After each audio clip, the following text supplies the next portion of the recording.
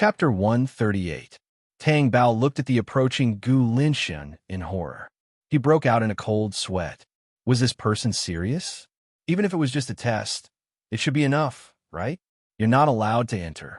The bodyguard's voice came from outside the door. I'm here to look for Tang Bao. Is she here? It was Wan Malay's voice. The nerves in Tang Bao's body relaxed. She came just in time. Thank God. You asked her to come here, Gu Linxian said affirmatively. But his expression was especially scary. I told her when I was drinking tea downstairs. Who knew that I would run into you? You can't blame me. Drinking tea downstairs, she came upstairs? If she couldn't be found downstairs, she must have come upstairs. Tang Bao struggled. Let go of me. Gu Linxian let go coldly. Tang Bao landed on his feet steadily. It felt good to land. After Wan Malay was let in, she saw the people inside, especially Gu Linxian. Her shyness came out again. Her little heart was thumping. She couldn't help it. After all, she liked Gu Linxian's temperament. After Wan Malay came in, Tang Bao acted as if nothing had happened. After sitting down, Tang Bao pushed the dessert to Wan Malay. Wan Malay said softly, I don't want to eat it. Why? It's too sweet. Tang Bao recalled that he had never seen Wan Malay eat desserts. If that was the case, Di Junbai's words were not entirely correct. Girls who liked desserts were innocent. It should be added that girls who didn't like desserts were not necessarily complicated. Wan Malay was one such example. After Wan Malay came, Gu Linxian returned to his cold temperament. He lit a cigarette and looked out the window. When the two of them were invisible, Tang Bao cursed in his heart. He looked so cold. However, it was very rude. However, if Gu Linxian knew how to write the word polite, Tang Bao would twist her head off and kick it like a ball. The atmosphere was rather awkward. However, Tang Bao and Wan Malay did not say anything. Gu Linxian asked Wan Malay rudely, Have you finished drinking? Wan Malay, who was holding a cup of tea shyly, was stunned. She looked up at Gu Linxian. Let's go if you're done. I still have something to talk to Tang Bao about. Wan Malay looked at Tang Bao in confusion. Tang Bao was so angry that he slammed the table and stood up. Gu Linxian, aren't you going too far? Who wants to drink your tea? Malay, let's go. As he spoke, he went to grab Wan Malay. You better stay. Otherwise, I'll repeat what I just said to Di Haotian. At that time, with his methods, how would he deal with you? I'm looking forward to it, Gu Linxian threatened. Tang Bao's face turned green. How did she offend Gu Linxian? Why did he have to make things difficult for her? Tang Bao, I'll go back to the office first. Well, I'll leave you to it. Van Malay winked at her and went away. Without Wan Marai's presence, Tang Bao's anger could not be contained at all. Gu Linxian, what are you trying to do? If Di Haotian finds out what you did to me, you won't be any better. Tang Bao was telling the truth. Di Haotian was such a possessive person. If he found out, it would be worse than purgatory. She did not believe that Gu Linxian did not understand. After she said those words, Gu Linxian only glanced at her calmly. She stood up and walked to the door of the private room. Tang Bao was stunned. She left just like that? She did not even say a word? You're not leaving? Gu Linxian turned around and looked at Tang Bao, who was standing there motionless. Tang Bao pursed his lips and walked past Gu Linxian. Even if she left, it had nothing to do with him. But it was strange. Why did Gu Linxian ask her to stay? Didn't he say that he had something to say? Why did he leave just like that? That was for the best. Otherwise, Tang Bao would have to think about how to deal with him. However, when Tang Bao went downstairs and was about to leave alone, someone grabbed his arm. What are you doing? Tang Bao was stunned. The strength of his grip was not small, and she could not break free from it. Get in the car. Hey, you. Before Tang Bao could finish his sentence, he was pushed into the car. Tang Bao was dumbfounded when the car door was closed. He lifted his leg and kicked the car door. Bang! Gu Linxian was speechless. Let me out! Let me out! Tang Bao raised his leg and tried to kick again. One more kick, and I'll break your leg. Gu Linxian's face was gloomy and angry. What did Di Haotian see in her? This kind of untrained woman should not be let out. It made him want to pin her down and subdue her. Then let me out of the car. Sit down. Gu Linxian was cold. Where the hell are you taking me? I'm going to tell Di Haotian that you bullied me. Tang Bao used Di Hao Yin to pressure him. However, Gu Linshan did not seem to be afraid at all. Are you sure you don't want to sit down? Gu Linshan asked faintly. I don't want to. Ah. The car started and Tang Bao sat down on the seat. Tang Bao glared at Gu Linshan angrily. He wanted to kick him to death. He Ju entered the tea leader's lounge. Di Hao Yin was standing in front of the floor-to-ceiling window, overlooking the scenery outside. Young master, in Gu Linshan's car is... Young madam. Di Hao Yin was stunned and his face turned green. He shot a sharp look at Ju. Why is she in Gu Linshan's car? Di Hao Yin's black eyes were as sharp as an eagle's. His face was frighteningly cold. Young master, do you want to continue? What do you think? Di Hao Yin asked coldly. Yes. Ju got out of the car. Di Hao Yin's eagle eyes stared coldly in front of him. Gu Linshan knew what he would do when he came back. That was why he used Tang Bao as a shield. Was he confessing without being pressed? He actually dared to come back. He still hadn't settled the score for the kidnapping last time. Now he was using Tang Bao as a shield. Di Hao Yin made a phone call. Let her out of the car. Who are you talking about? Gu Linshan, do you want to die? The veins on Di Hao Yin's forehead were bulging. Don't be so nervous. I'm just looking for her to have tea. Gu Linshan looked at Tang Bao, who was sitting there obediently. When Tang Bao heard this, he understood that it must be a call from Di Hao Yin. That's not right. I was drinking tea here and happened to see your wife drinking tea with another man. I was kind enough to separate them. You shouldn't be grateful to me. Instead, you sent someone to deal with me. I'm really disappointed, Gu Linshan said in a serious tone. Tang Bao didn't know what Di Hao Yin's expression was now, but he was definitely in trouble. Gu Linshan, this bastard. How dare he treat her like this? There was an element of exaggeration in his words. He did it on purpose. You're actually so cruel to me because of a woman. You're really something. Gu Linshan's expression turned cold. Chapter 139. Tang Bao silently thought that it would be best if the two of them fell out and never contacted each other again. Otherwise, if Di Hao Yin found out about her, she would become unreasonable even if she was in the right. She would be swallowed whole by Di Hao Yin. Gu Linshan hung up the phone and tilted his head at Tang Bao. You can get out of the car now. Tang Bao was stunned. Why did she agree? Her attitude was so bad just now. Was it because of Di Hao Yin's phone call? You don't want to get out of the car? Then come with me. Gu Linshan's eyes were cold. In your dreams. Tang Bao opened the door and got out of the car. When he closed the door, he deliberately slammed it with all his strength. There was a loud bang. Gu Linshan was speechless. Tang Bao returned to the company and did not look too good.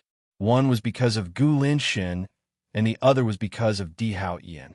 The former was because he was angry, and the latter was because he was scared by her. But Tang Bao immediately thought, why was it crime for her to drink tea with Di Junbai?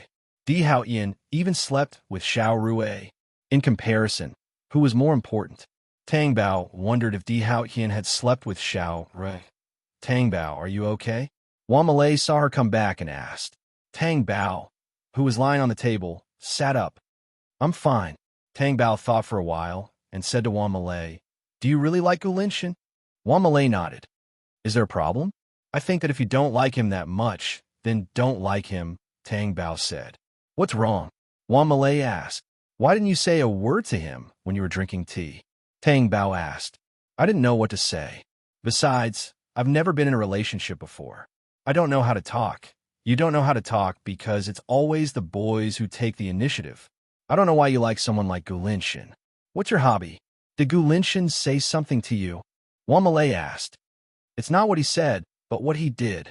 After Tang Bao finished speaking, he saw Wan Marai standing there and quickly said, he was flirting with the waiter in front of me, and even put his hand under the waiter's apron.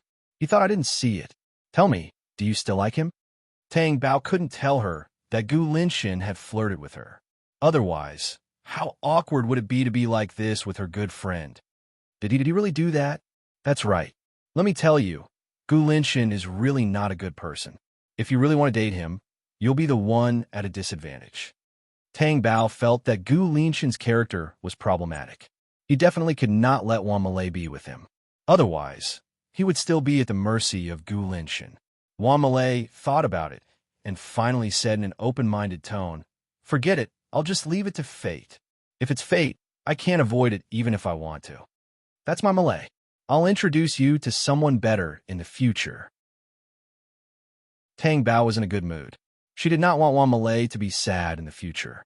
If that happened, she would chop Gu Linshan into pieces. "Who are you going to introduce to me? Someone like Di Junbai? Yeah, he's not bad, right?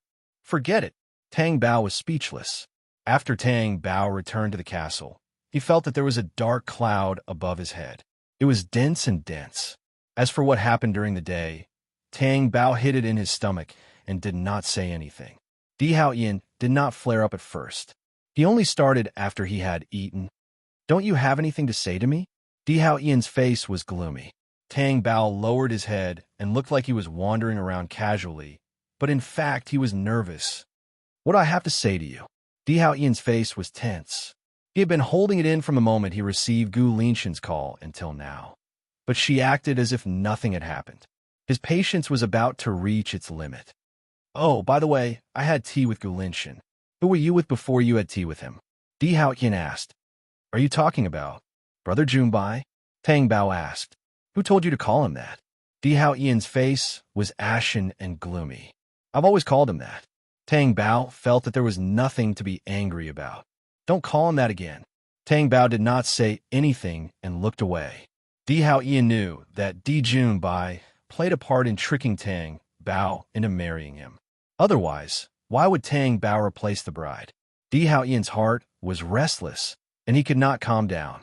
His face was extremely gloomy. Seeing that Tang Bao did not listen to him, he was even angrier. He went forward and pressed her against the wall. He pinched her face. "You can't talk to him in private. Did you hear what I said? Aren't you being a little too unreasonable? My way of calling him, that is just a small matter, right? At least Di Junbai didn't lie on my bed and wait for me to finish my shower." Tang Bao retorted angrily with a red face. Di Haoyin's face froze. His expression was cold and tense, and his black eyes were instantly filled with hostility as he looked at her. His fist flew uncontrollably toward Tang Bao. Tang Bao was so scared that her face turned pale, and she instinctively closed her eyes. A strong wind blew against her face.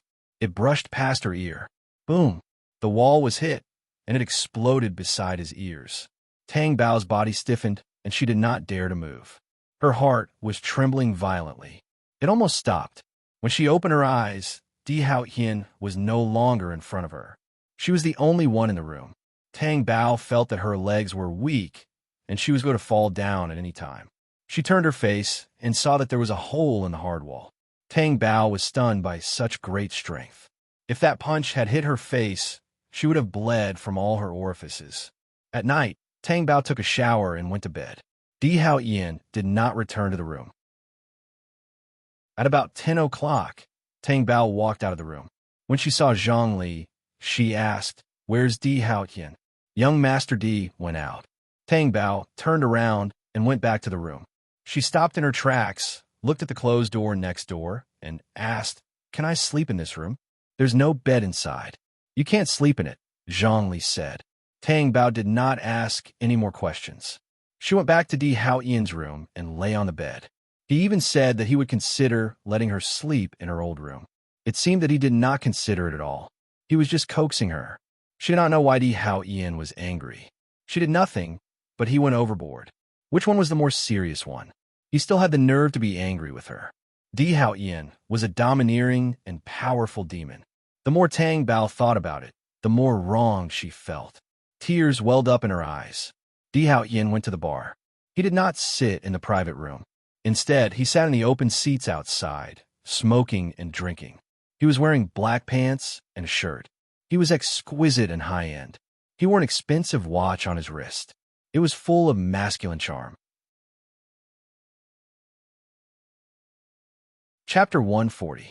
It made people blush and their hearts race. It was just that the bodyguards around him were so strict that people could only shrink back at the sight of him. "Do you mind if I sit down?" Di Haoyin glanced over and saw Gu Linshan sitting down. "You still dare to appear in front of me?" Haven't you heard of this saying? The more dangerous a place is, the safer it is. Di Hao Ian ignored his words. He bit the cigarette in his mouth and looked away. Gu Linshin followed his gaze. He saw a woman in a deep V-neck sitting on a high stool. She leaned over slightly and had a panoramic view of the outside. It was a spectacular sight. Gu Linshin gave a look to his subordinate behind him. The subordinate obeyed and went to call the beauty over. To be honest, from a moment the beauty saw Di Hao Ian, she maintained the posture she thought was the most beautiful, trying to flirt with Di Hao Ian. She didn't expect someone to invite her. She was overjoyed. However, when the man who had called her went to stand behind Gu Linshin, the beautiful woman was stunned. But she still sat down beside Gu Linshin. Di Hao Ian looked at her expressionlessly and drank his wine. Although the beauty was sitting beside Gu Linshin, she kept glancing at Di Hao Ian. A man like Di Hao Ian was wild and sexy, full of masculinity. That sharp gaze that swept over them had an indescribable feeling of coarseness, causing the blood in their bodies to begin to heat up. If something really happened between her and this person, Gu Linshin seemed to have watched enough. He said to the beauty, "I called for him. Sit over there." The beauty suppressed her excitement and said coquettishly, "Annoying." Then she moved to sit beside Di Hao Ian. "Are you here to be my human ashtray?" Di Hao Ian's sharp gaze didn't have a trace of warmth. The shy smile on the beauty's face froze. The so-called human flesh ashtray was a relatively cruel act. Flicking the cigarette ash onto her body was a small matter. The key was that the cigarette was pressed onto her bare skin until it was extinguished. That was how people behaved in bars. Although the tip was high, no one could bear the pain. Therefore, not many people accepted it, unless they really needed money. Sorry, the beauty thought that this person was interested in her. So that wasn't the case. He could only stand up and leave. Gu Linshin watched with great interest. "You've been staring at other women for a long time for this purpose? Are you trying to chase them away?" Di Hao Ian responded with a cold expression. He would never say that he was looking at that woman because she reminded him of the Tang Bao. The feeling of being toyed with in the palm of his hand made his heart tighten.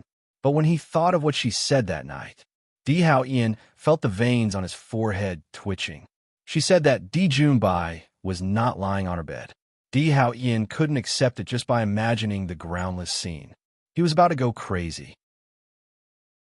She even said it so righteously. Di Hao Ian lost his patience. Di Hao Ian finished the wine in his glass and stood up to go to the bathroom. He came back in a while. He didn't say a word. "It's so late. Is your wife okay with you not going home?" Gu Linshin asked, as if he didn't know. "Do you dare?" Di Hao Ian asked coldly. Gu Linshin's lips curled up faintly. "It seems that the two of you are quarreling. Is it because of what I said during the day? Since when did you take such words to heart? And it's just drinking tea. We didn't do anything else. Is it necessary?" Di Hao Ian handed him a cigarette. Gu Linshin was slightly stunned.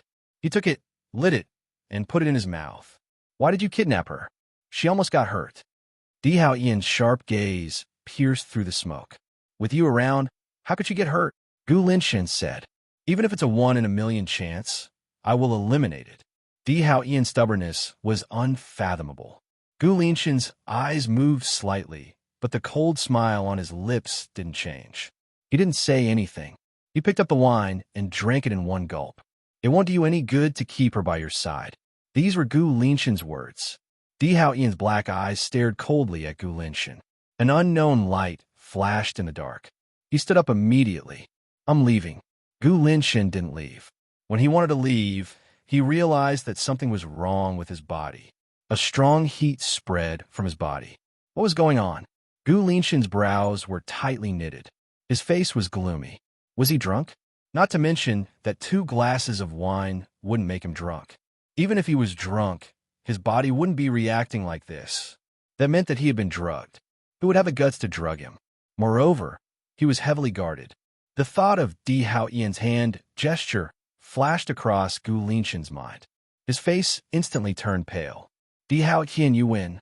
The subordinate saw that his expression wasn't right. Then, he looked at Gu Linshin's abdomen and immediately understood what was going on. But this drug, was it the young master who drugged him? The subordinate had an idea. Why don't we find a woman? How do you know if those women are sick?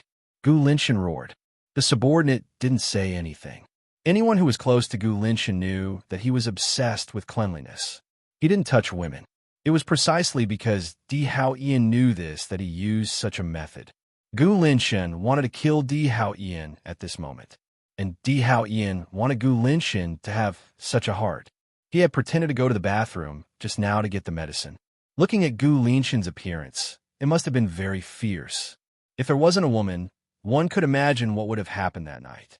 That was why Gu Linshan said that Di Hao Ian was ruthless. This was more unbearable than real knives and guns on the road. When Tang Bao woke up in the morning, he walked out of the bedroom. There was no one on the sofa.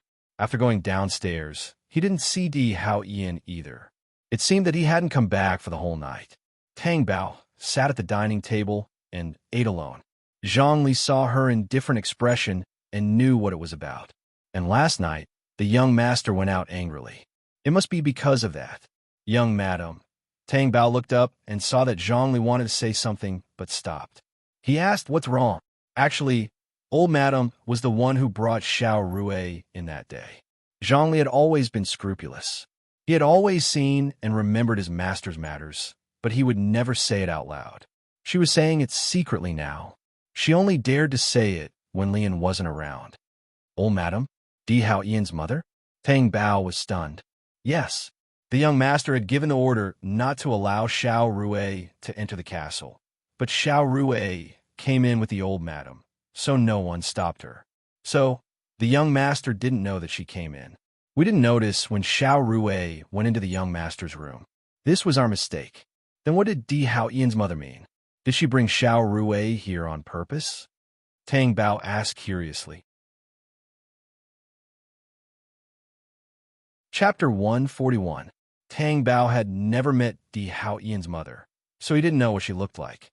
But from this, it could be seen that Di Hao Ian's mother had a good relationship with Xiao Rui. Although Xiao Rui used to live here, it's different from how she treated young madam. How is it different? I can't put my finger on it, but it's different. Zhang Li couldn't tell him the details. Firstly, so much time had passed, and secondly, she wasn't very particular about relationships, so she couldn't tell Tang Bao the details. Tang Bao felt a little better when he heard that. But when he thought about how Di Hao Ian didn't come back for the whole night and didn't know what he was doing, the anger in his heart surged again. If she didn't come back for the whole night, Di Hao Ian would have turned the earth upside down. Zhang Li looked at Tang Bao's angry expression. She was depressed. She had already explained it to Tang Bao. But why did he look angrier? After Tang Bao returned to the company, he played games in front of the computer. He typed so hard that the keyboard was crackling. I say, be gentle. Wamalei shook her head and sighed. This short-lived keyboard. It's not broken yet, right? Besides, if it's broken, I'll buy it. I'll change it every day. I'll swipe Di Hao Ian's card every day. I'll use Di Hao Ian's money to fill the sea. I'll make him poor. Wamalei. Tang Bao played games to vent his anger. When he was done, he took out his phone to play and realized that his master had sent her a message. Master, are you asleep? Master, what are you doing? Master, how dare you ignore me? Master, are you angry? Master, if you're angry again, I'll eat you right now. Master, I miss you. Tang Bao's forehead was filled with black lines. He looked at the time and saw that they were all sent in the middle of the night last night. She was already asleep at that time, and the last message was sent at 3:00 in the morning. What was this person doing? Didn't he want to sleep? What was he saying? It was as if she was his lover. He found the wrong person. But thinking about it, this person might be looking for someone to comfort him after being heartbroken. Tang Bao thought that since he was bored, he might as well chat. Babe, what are you doing? Abandoned by your wife? Master. Yeah. Do you want to follow me? Ching Ching Bao. Sure, you can elope with me. Master. Where's your husband? Alluring Bao. No. Di Hao Ian was so angry that he almost vomited blood. Babe, how about we go on a date? Master. Aren't you afraid of being seen by your husband? Alluring Bao. So what if I see it? If the old doesn't go, the new won't come. Di Hao Ian's face could no longer be described as dark. Sometimes, lovers and couples like to test each other. However, some were happy, while others were sad. Di Hao Ian now belonged to the category of sadness. It seemed that this little thing could be very happy with or without him. Very good. She dared to elope with someone else. Tang Bao looked at his phone and did not respond. He smirked. If you have the ability, come out now. If I see your face, you're dead meat. However, for some reason, her master did not pay attention to her anymore. Tang Bao thought, was he scared away by her? How cowardly. Tang Bao saw Wan Malay working and ran over. Malay, help me investigate someone. Who? This. Tang Bao pointed at the master on the chat app and said, you have to find a hacker, right? No, just add him like this and try to trick him. Don't you know how to trick him? Haven't you been tricking him? One person can't trick him as accurately as two people. Let's see if he says the same thing to the two of us. If it's the same, then it means that he's not lying. If it's wrong, then he's lying. Let's add it. Tang Bao patted her arm and said, okay, when the time comes, this person won't be attracted by my charm and only pay attention to me and not you. Wan Malay smiled confidently. He's married. Wan Malay thought of something and asked, you're not looking for a partner for me, are you? You're thinking too much. Add him. Wan Malay had no choice but to add him. However, in less than 3 seconds, the other party directly rejected him. I've been rejected, Wan Malay said. Tang Bao was dumbfounded and said, add him again. Maybe he pressed the wrong number. Wan Malay had no choice but to add him again. This time, he rejected him even faster than before. If he said that he pressed the wrong number again, it would be a bit of nonsense. That's strange. Why did he reject me?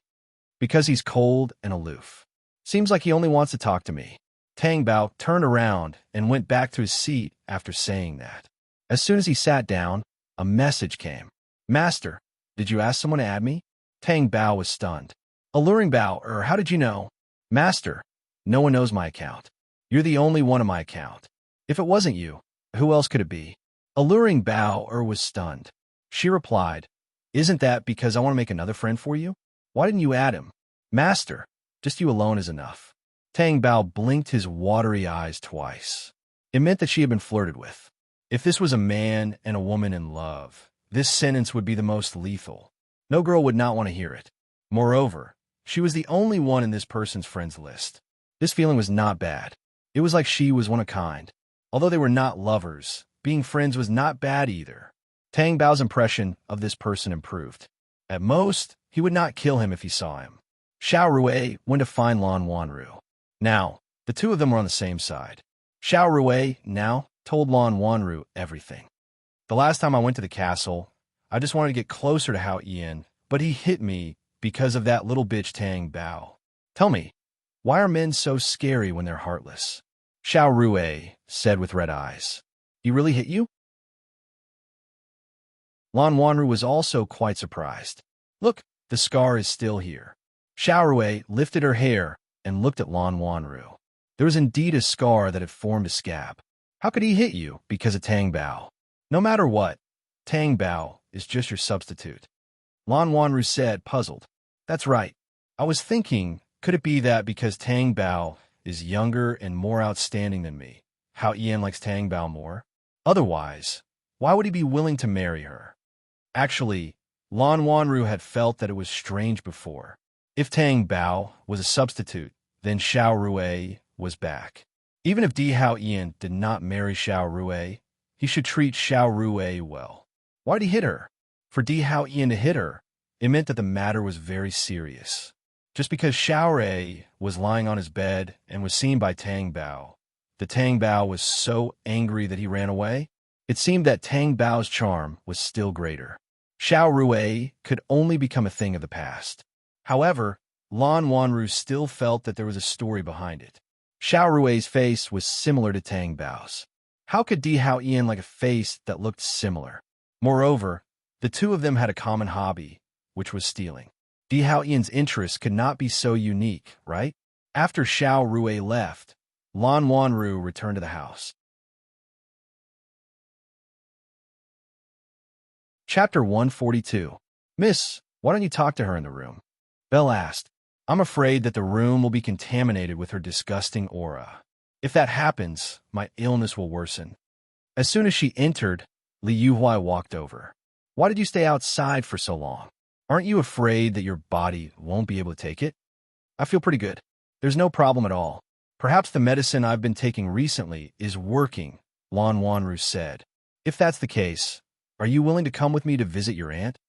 Li Yuhuai was referring to Yu Songhuan.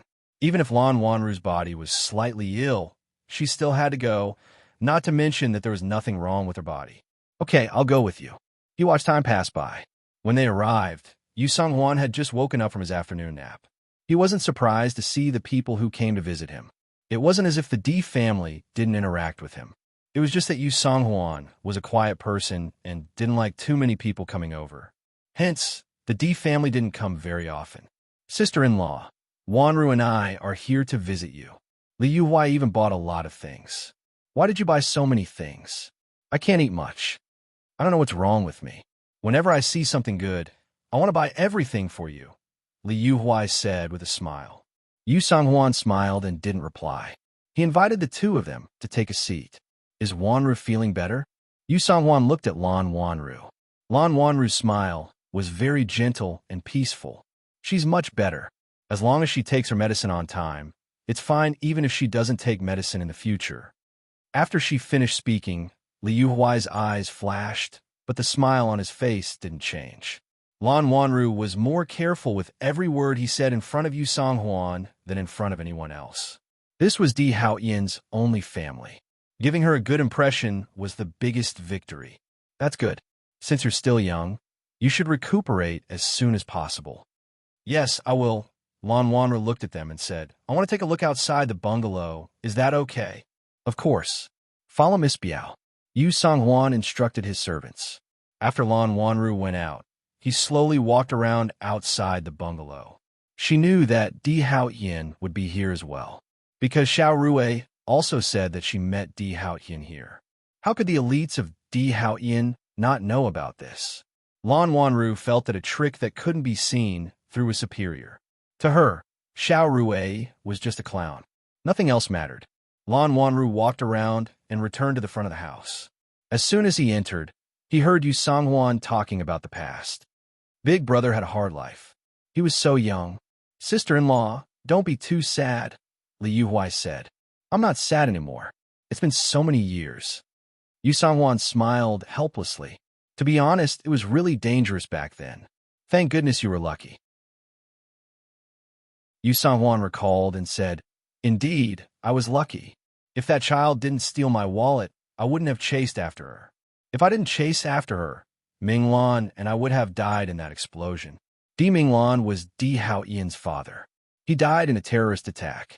Lan Wanru, who was standing outside, heard this, and her heart skipped a beat. She was especially sensitive to the word steal. Because she stole Yu Songhuan's wallet, Yu Songhuan chased after her, so she avoided dying in that terrorist attack. Was it because of this that Di Haoyin treated Xiao Rui and Tang Bao so well? But she felt that one of them was the one who stole Yu Songhuan's wallet. Di Haoyin married Tang Bao, so it must be Tang Bao. Then what was the situation with Xiao Rui before? Did she get the wrong person? Tang Bao and Di Haoyin were still in a Cold War. Anyway, Tang Bao ignored Di Haoyin, and Di Haoyin didn't say anything either. They each did their own thing. The key was that at night, Tang Bao slept on the bed, and Di Haoyin slept on the sofa. Tang Bao hid under the blanket and sneered. You're so uncomfortable. It's good for you to shrink a little when you're so tall. Otherwise, you'll be so oppressive. It'll suffocate you. Tang Bao held his phone and played with it on the bed. After a while, a message popped up. Host, we're on a date. Tang Bao jumped up from the bed with a quiver. He pricked up his ears to listen for any movement in the living room. Fortunately, there was no movement. Did this person have to be so bold? He always liked to look for her at night. Tang Bao even wondered if he had a wife. Did he not care about him? But she had someone to look after her. Di Haoyin had a cold face for 2 days, but it didn't mean that Tang Bao could do whatever he wanted. She was very self-aware. Alluring Bao, what date? Master, didn't you say so? I agree. Alluring Bao or, okay, when? Master, tomorrow. Tang Bao was stunned. Either he didn't reply, or suddenly. Alluring Bao or, okay. Tang Bao decided. Anyway, she had nothing to do recently. She wasn't afraid that Di Hao Ian would find out. Didn't he forbid her from interacting with the opposite sex? She wanted to interact with them. She even got intimate with netizens she had never met before. What about it? They had agreed to have lunch together. Before lunchtime, Tang Bao sat on the chair and held a small mirror in his hand to check his appearance. He stroked his smooth and shiny black hair. What are you showing off for? Wan Malay walked over and asked. I'm thinking if I should put on some makeup. Tang Bao looked at his facial features in the mirror and winked. Where? Wan Malay asked. Yes, where? Sigh. I still remember the first time I put on lipstick in the dormitory. I didn't even dare to open my lips too wide when I spoke, for fear that I would eat the lipstick. Tang Bao said. You don't need to wipe your mouth. I used to do it because I thought it was fun. Should I whiten my face again? Cosmetics aren't as fair as you. Why do you need to whiten your face? Wan Malay felt that something was wrong. You don't seem to be yourself today. Tang Bao gave Wan Malay a flirtatious look. I'm going to meet my netizen today. That master? Yes, that's him. Oh, okay. Tang Bao was dissatisfied with Wan Malay's attitude. Don't you have anything to say to me? Say what? Wan Malay didn't understand her logic. He told me not to meet my netizen. Strange netizens are very scary. Even if I want to meet them, I have to find a place with a lot of people and wear some anti-pervert devices. You didn't say anything. Why? Wan Malay smiled mercilessly. If I know that netizen, I will tell him these things. Tang Bao felt that he was careless in making friends. They arrived at the designated restaurant. Tang Bao sat in a very conspicuous position. There was a floor-to-ceiling window next to the window, and he could see the street scene at a glance. Tang Bao was a little nervous. But what if the other party was really a pervert? What if he didn't bring any anti-pervert devices? How could anti-pervert devices be better than her brick?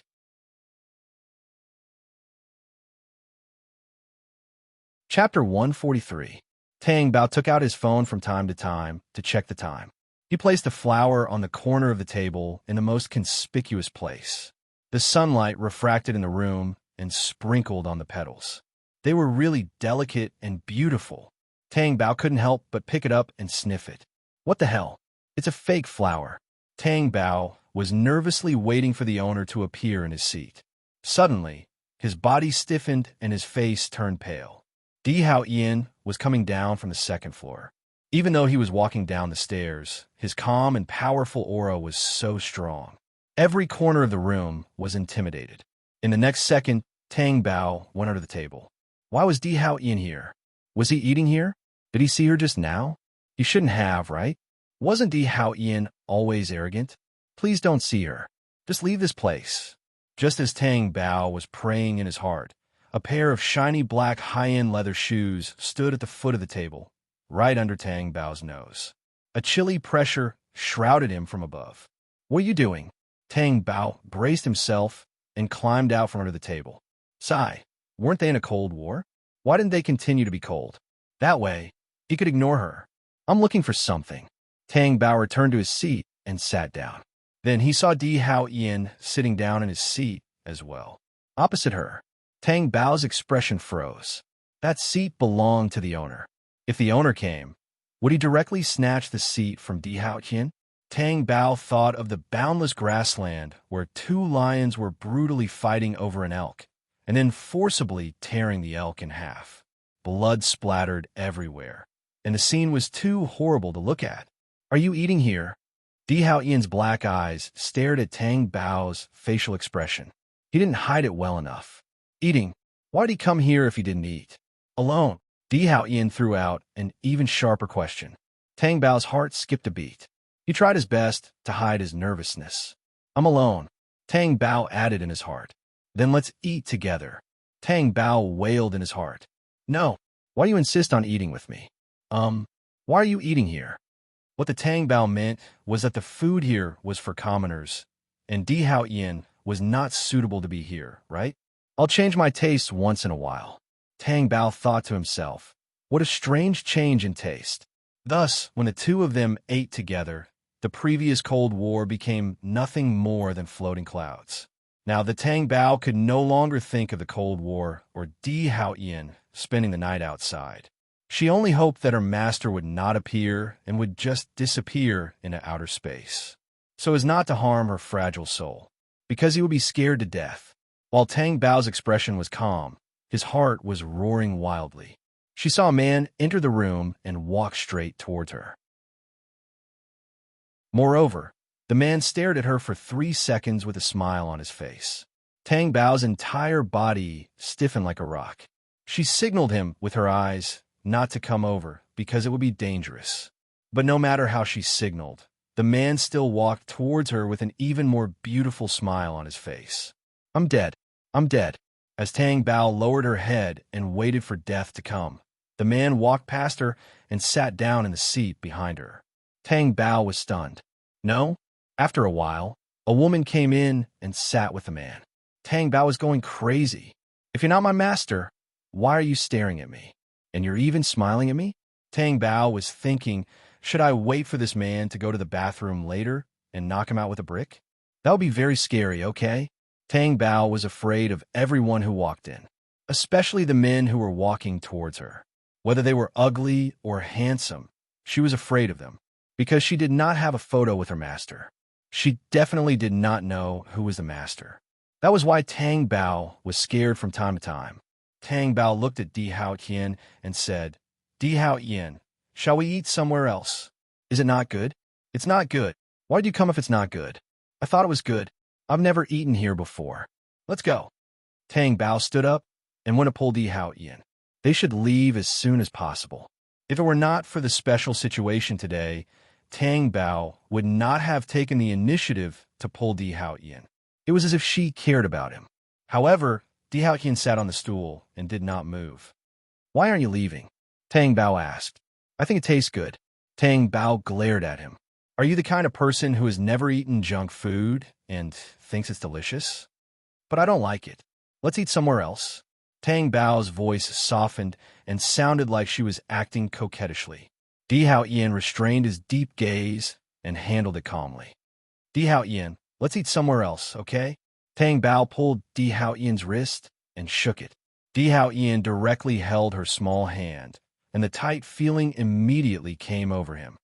Do you still want to say those words? Tang Bao naturally knew that he wanted to say those words. She did not feel that she was wrong. It was all because Di Haoyan was too domineering and unreasonable. He was domineering and ruthless. But now was not the time to fight with Di Haoyan. The longer this dragged on, the more dangerous it would be. Tang Bao could only go against her conscience and shake her head. She said, I won't say it again. After saying that, Di Haoyan stood up calmly. Tang Bao still felt that he was not fast enough and kept urging him to leave. Di Haoyan looked at the way she pulled his hand and felt that it was really cute. He couldn't help but tighten his grip on her hand again. He would not let her have any possibility of leaving. After they went out, Ju opened the door. In the past, Tang Bao would get into the car first. Now, she wanted to let Di Haoyan get into the car first. She got into the car. But when they got into the car, Di Haoyan did not let go of her hand. Tang Bao did not pay attention to these details. After they got into the car, Tang Bao did not notice that their hands were still holding together. She felt that she was really relieved at this moment. She did not let her master touch her. She was so scared that a layer of sweat was on her forehead. Did you do something wrong? Tang Bao retracted her gaze and realized that her hand was still connected to Di Haoyan's. Before they could separate, Di Haoyan's hand slightly tightened. Tang Bao threw herself over. She threw herself into Di Haoyan's arms.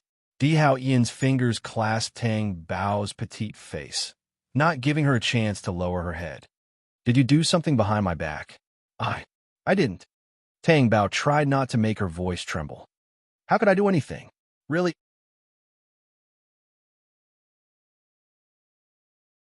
Chapter 144. You're dead meat once you show it. Did you miss me these 2 days? Di Haoyan squeezed her chin harder. It seemed to be dangerous. If she said that she did not miss him, what would the consequences be? Tang Bao puffed up her cheeks and pursed her lips. Her eyes were watery and bright, but her heart was in a dilemma. If she said that she did not miss him, she would not have a good ending. Therefore, Tang Bao said, yes. Where? Tang Bao poked her heart with a finger. Here. Di Hao Ian's big palm directly squeezed her hand so that she could not retreat. Don't. Tang Bao snorted. Why not? Didn't you say that you missed him here? Or did you say that Bao Bao was lying? Di Hao Qian narrowed his long and narrow black eyes and asked, I'm not lying. Tang Bao's face was red, and she bit her lips. It was hard to bear. Then the position is right. It's here. Di Hao Ian's eyes were dark and sinister. He stared at Tang Bao's face to see if his expression was changing. No, it's not. It's not here. Tang Bao snorted. As her breathing was too rapid, she could only open her teeth and pant with her mouth slightly open. Her face was red and her eyes were misty. How many days had it been since he kissed her? It felt like a long time. Di Hao Qian pressed Tang Bao's head down and could not help but kiss her. When they got out of the car, Tang Bao's legs were weak. When she landed, she tilted to one side. Di Hao Ian held her waist with one hand so that she did not fall to the ground. Tang Bao's face was even redder, and her lips were red and swollen. This was too embarrassing. It was all Di Hao Ian's fault. If he was not like a hungry wolf, would this happen? Bao Bao, I've recovered. Haven't you recovered? Di Hao Ian's evil voice sounded in her ears. Tang Bao felt that her face was even hotter. He broke away from Di Hao Ian, not wanting to walk with him, and went far away. When it was time to eat, the Tang Bao filled their stomachs. He felt that he had consumed a lot of energy for being startled. When they were almost done eating, Tang Bao glanced at Di Hao Qian beside him and asked, Why didn't you go back to the castle to sleep that day? If I go back, I'm afraid I won't be able to control myself and eat you. Tang Bao was puzzled.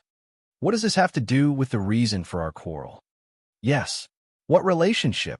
You will only listen to me if you're so tired that you pass out. Tang Bao's heart raced a few times before he slowly calmed down. His face was red as he retorted, Is there no other way? This man only knew how to think about this all day long. Di Hao Ian was definitely the most terrifying creature among men. Yes, you made me so tired that I fainted. Tang Bao was so numb that he did not know what to say. He unconsciously chewed the meat in his mouth twice. Tang Bao seriously thought about how to solve this problem in his mind. How about this? If I get angry in the future, you will make a cake for me to eat. If you get angry, I will copy the 3 obedience and 4 virtues 100 times. What do you think? What good will it do me if you copy the 3 obedience and 4 virtues? Why do you want me to copy if there are no benefits? Why do you want me to paste it on the wall? After changing rooms, he still had to take the paper and paste it on again. Wasn't this too much? It was too much. What I want now is physical benefits. You. Tang Bao stuttered, unable to speak. What physical benefits? If it's to eat you, that would be the best. It hasn't been 3 months. Tang Bao said. Di Hao Ian's dark eyebrows twitched, and his face was a little dark. He should not have given Tang Bao 3 months back then. He should have eaten her directly. He had overestimated his own patience. That was because he had never thought that his tolerance would collapse when it came to Tang Bao. Tang Bao's thoughts were the opposite of Di Hao Ian's. She wondered why she had been fooled for 3 months back then. It would have been better if it had been more than half a year. As they ate, Tang Bao blushed and approached Di Hao Ian. She lowered her gaze and whispered, Can I ask you a question? Can you change it a little? Di Hao Ian's dark eyes flashed with an evil light. He asked, What's wrong? Do you think there's a problem? Tang Bao's face suddenly turned red. She wanted to bury her face in the bowl. Yes, a little. Tang Bao was afraid that if they really did it, he would definitely tear her to pieces. She did not even forget what Tang Rui said. He said that the pain would be unforgettable. Tang Bao did not understand why they would talk about this during a meal. It was really too improper. Tang Bao felt that she was being led astray by Di Hao Ian. Then tell me, if you are angry, what should I do? Kiss me until I'm not angry anymore. Tang Bao thought that she would die, right? But compared to this, She felt that she was at a disadvantage. But what could she do? Should she say that she was angry and let Di Hao Yin kiss her until she was not angry anymore? Why did it feel like she was the one at a disadvantage? Forget it. Let's bake a cake. It was not a big deal to let an ordinary person bake a cake, but it must be unimaginable for the king of D City, Di Hao Yin, to bake a cake, right? Tang Bao was looking forward to it. She wondered if she should get angry now. Thus, the Cold War between Tang Bao and Di Hao Yin was resolved by such a coincidence. As for the previous conflict, no one mentioned it. Anyway, she already knew about it from Zhongli. There was no need to ask. As for Di Junbai, he just said it in a fit of anger. Di Hao Yin did not force her to say anything. When she returned to the office, Wang Malay had been eagerly waiting for her for a long time. Didn't you see my text message? I saw it. You didn't reply? Reply to what? Tell me about your meetup. Tang Bao threw himself on the sofa and sprawled out. I didn't see him. He stood you up? I stood him up. Tang Bao was quite embarrassed. Why? Didn't you go to see him? Wang Malay was puzzled. Why did Tang Bao always surprise her? I met Di Hao Yin. Tang Bao said gloomily. Ah, you didn't find anything, right?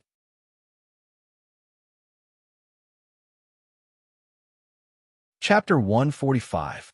Imagine that. It's quite dangerous. Exactly. Fortunately, I'm quick-witted. Tang Bao smiled slyly. Tang Bao lay on the sofa for a while and felt that it was a little strange. The person who was stood up did not take the initiative to contact her. Could it be that Master did not go? Did he stand her up? It was very possible. Tang Bao knew how to tell Master. Alluring Bao, why did you stand me up? I've been waiting for you for a few hours, but you were nowhere to be seen. Master, I had something to do at the last minute. Alluring Bao, okay, I forgive you. Master, next time? Alluring Bao, we'll see. Tang Bao was traumatized by the first date. Who knew if Di Hao Yin would suddenly appear on the second date?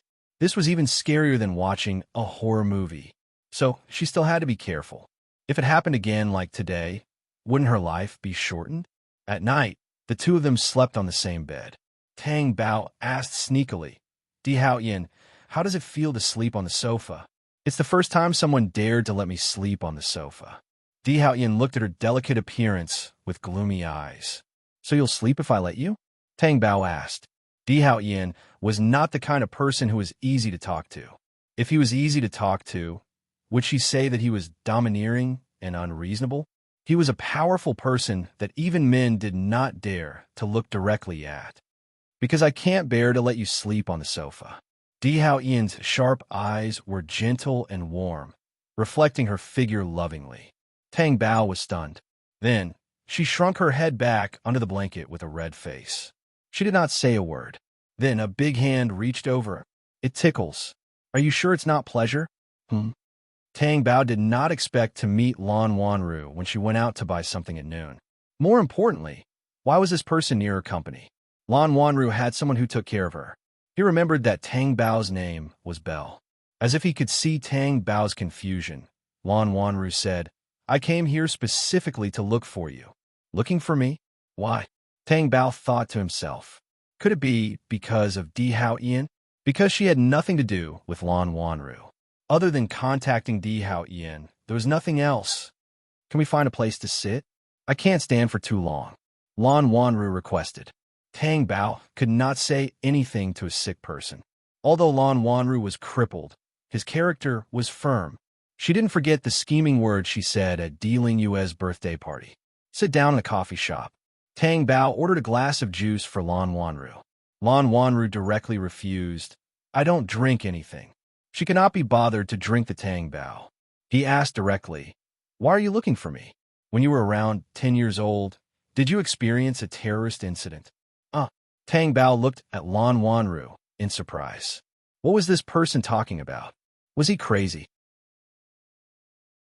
You stole someone's wallet, and then the mall exploded. Tang Bao recalled. When she was around 10 years old, she stole a wallet? The mall exploded? Why didn't she have any recollection of it? A 10-year-old child has a very good memory, better than any other age. Besides, it was a serious terrorist attack. Even a 5- or 6-year-old child can remember it. It's impossible that you don't remember it, right? Lan Wanru asked, are you looking for the wrong person? As you said, a 10-year-old child can definitely remember it, but I don't have any recollection of it. How could it not be you? How could it be me? If I really remembered it, I wouldn't have to hide it from you. Tang Bao was speechless. Lan Wanru saw that Tang Bao's expression did not seem to be fake. But how could it be wrong? If it was wrong, why did Di Hao Ian want to marry her? Could it be that Di Hao Ian married the wrong person? Lan Wanru did not give up and asked, then did anything happen when you were around 10 years old? Tang Bao thought for a while and shook his head. Nothing happened. No, why are you asking me this? Do you have a motive? I don't have money, and if you want someone, you're not interested. I don't have a motive. I'm just trying to verify something. What is it? I thought that Di Hao Ian married you for a very important reason. Now it seems that it's not important. He can marry you, or he can destroy you. It's all up to him. There's nothing important. Lan Wanru began to speak sarcastically again. Therefore, every time Tang Bao heard it, he had the urge to slap her unconscious. She said slowly, sure enough, a dog that bites doesn't bark. Why are you scolding me? Belle said protectively.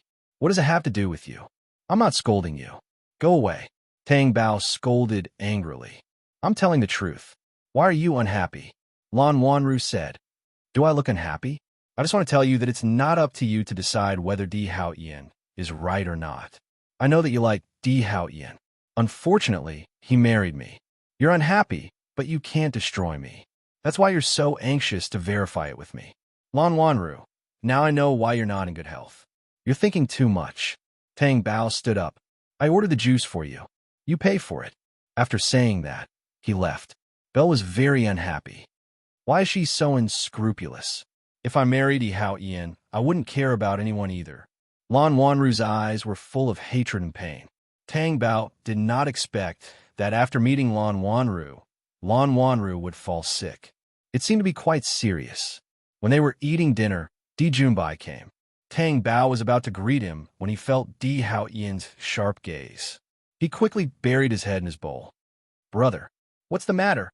Di Hao Ian's face was cold. Wanru is sick. She wants to see you.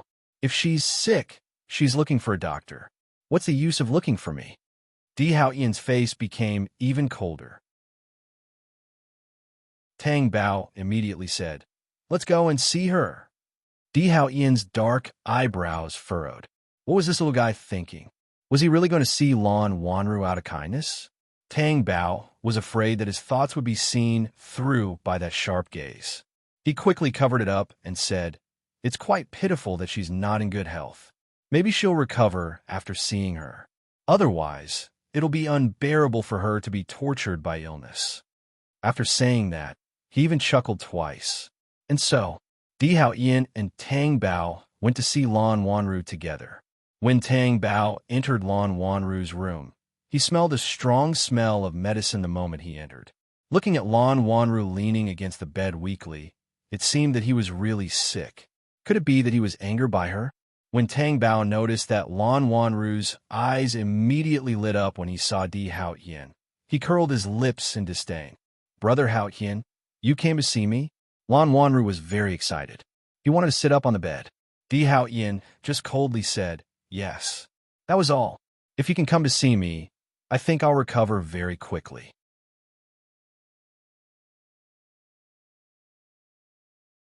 Chapter 146. Therefore, a certain clown, who wanted to maintain her presence, pressed her body against Di Hao Ian. She did not lean against him lightly, but pressed her entire body against his.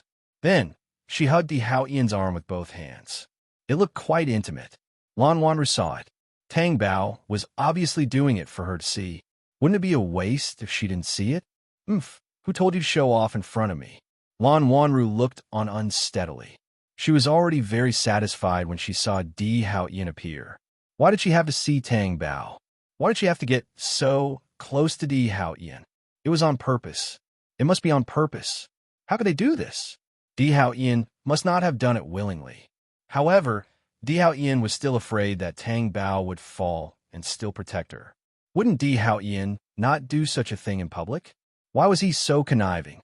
Lan Wanru felt that it must be Tang Bao's scheme to make Di Haoyan act like this. When she received the provocative look from Tang Bao, Lan Wanru became even angrier. B*TCH. That was not enough. Tang Bao said something else to Di Haoyan. I told you, sick people have to come and see them. Otherwise, how pitiful. What he meant was that Di Haoyan only came because she agreed to come. Otherwise, he would not have come to see her. Lan Wanru gasped for breath, rolled her eyes, and fainted. Tang Bao was dumbfounded. She really fainted? Go and call the doctor. Di Junbai ordered the servant. The servant hurried off. Di Haoyan said, It seems that my visit will not only not make her better, it will make her illness worse.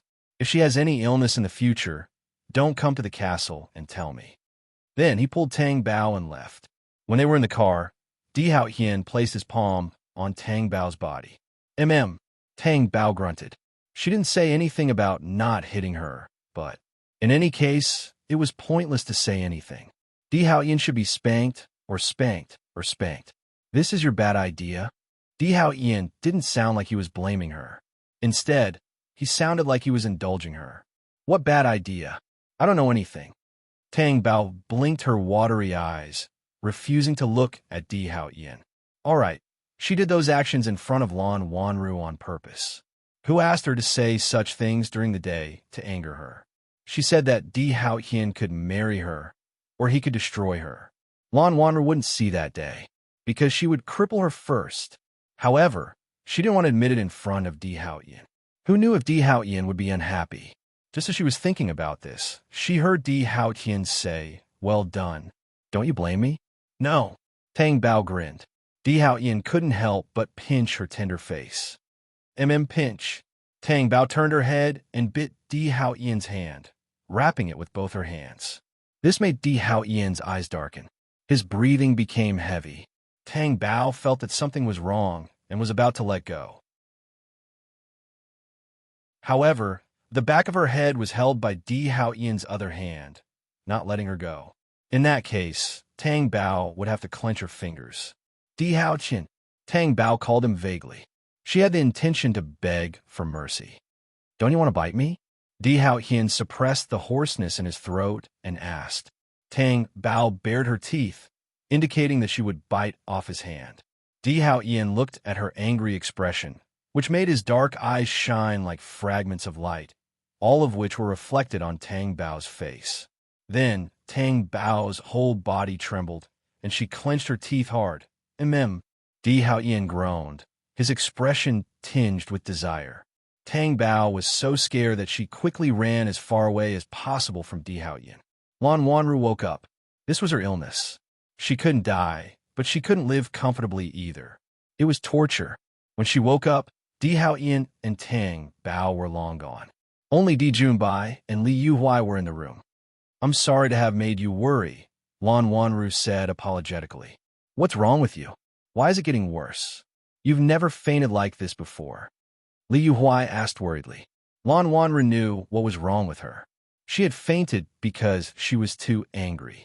She couldn't bear to see Tang Bao and Di Haoyan being so intimate. Knowing that they were husband and wife, they would definitely do more intimate things than what they saw. But she just couldn't convince herself to look at it indifferently. She had always liked Di Haoyan so much that she could even give up her life for him. In the end, after Li Yuhuai left, Di Junbai said, Forget about him. Lan Wanru raised her pale face and looked at Di Junbai. He's already married. No one will have a chance. Di Junbai's eyes flashed for a moment. Why should I forget about him? It's not like you don't know that I like Haoyan. Why didn't you let me know about his marriage? Telling you will only worsen your condition. Because if Di Haoyan wants to get married, no one can stop him. Even if you know, it's useless. Di Junbai persuaded her. Lan Wanru clearly knew that this was the case. But after hearing Di Junbai's words, tears still fell. The most important thing for you now is to take care of your body. If you're not in good health, you won't get anything. I know. That's why I'm working hard. It's all because of the Tang Bao. If she didn't provoke me with words, my illness wouldn't have acted up. Lan Wanru still hated the Tang Bao. You went to look for her? Di Junbai was stunned and asked. I went to ask about something. What is it? It was a terrorist attack that happened almost 10 years ago. At that time, a little girl stole my aunt's wallet and accidentally saved my aunt's life. I just wanted to ask if it was the Tang Bao. Was it her? It doesn't seem like it. She said she didn't remember it. I think she didn't seem to be pretending. She really didn't know. If it wasn't her, then that person was Xiao Rui. But thinking back, if it was really Xiao Rui, why did Di Haoyan marry Tang Bao? Or did Di Haoyan mistake her for someone else? Lan Wanru guessed. Di Junbai pondered for a moment and didn't say anything. He said to Lan Wanru, "Don't think about it. If you hurt your mind, it will drag down your body. Rest more."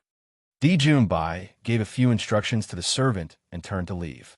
When Xiao Rui came to the door, Tang Bao instinctively wanted to hit her with a brick. The last time she lay on Di Haoyan's bed, she was depressed for a few days. She even had a cold war with Di Haoyan. She actually had the nerve to come to the door. Tang Bao and Wan Malay came out of the supermarket. Tang Bao was still sucking on yogurt. Xiao Rui just appeared.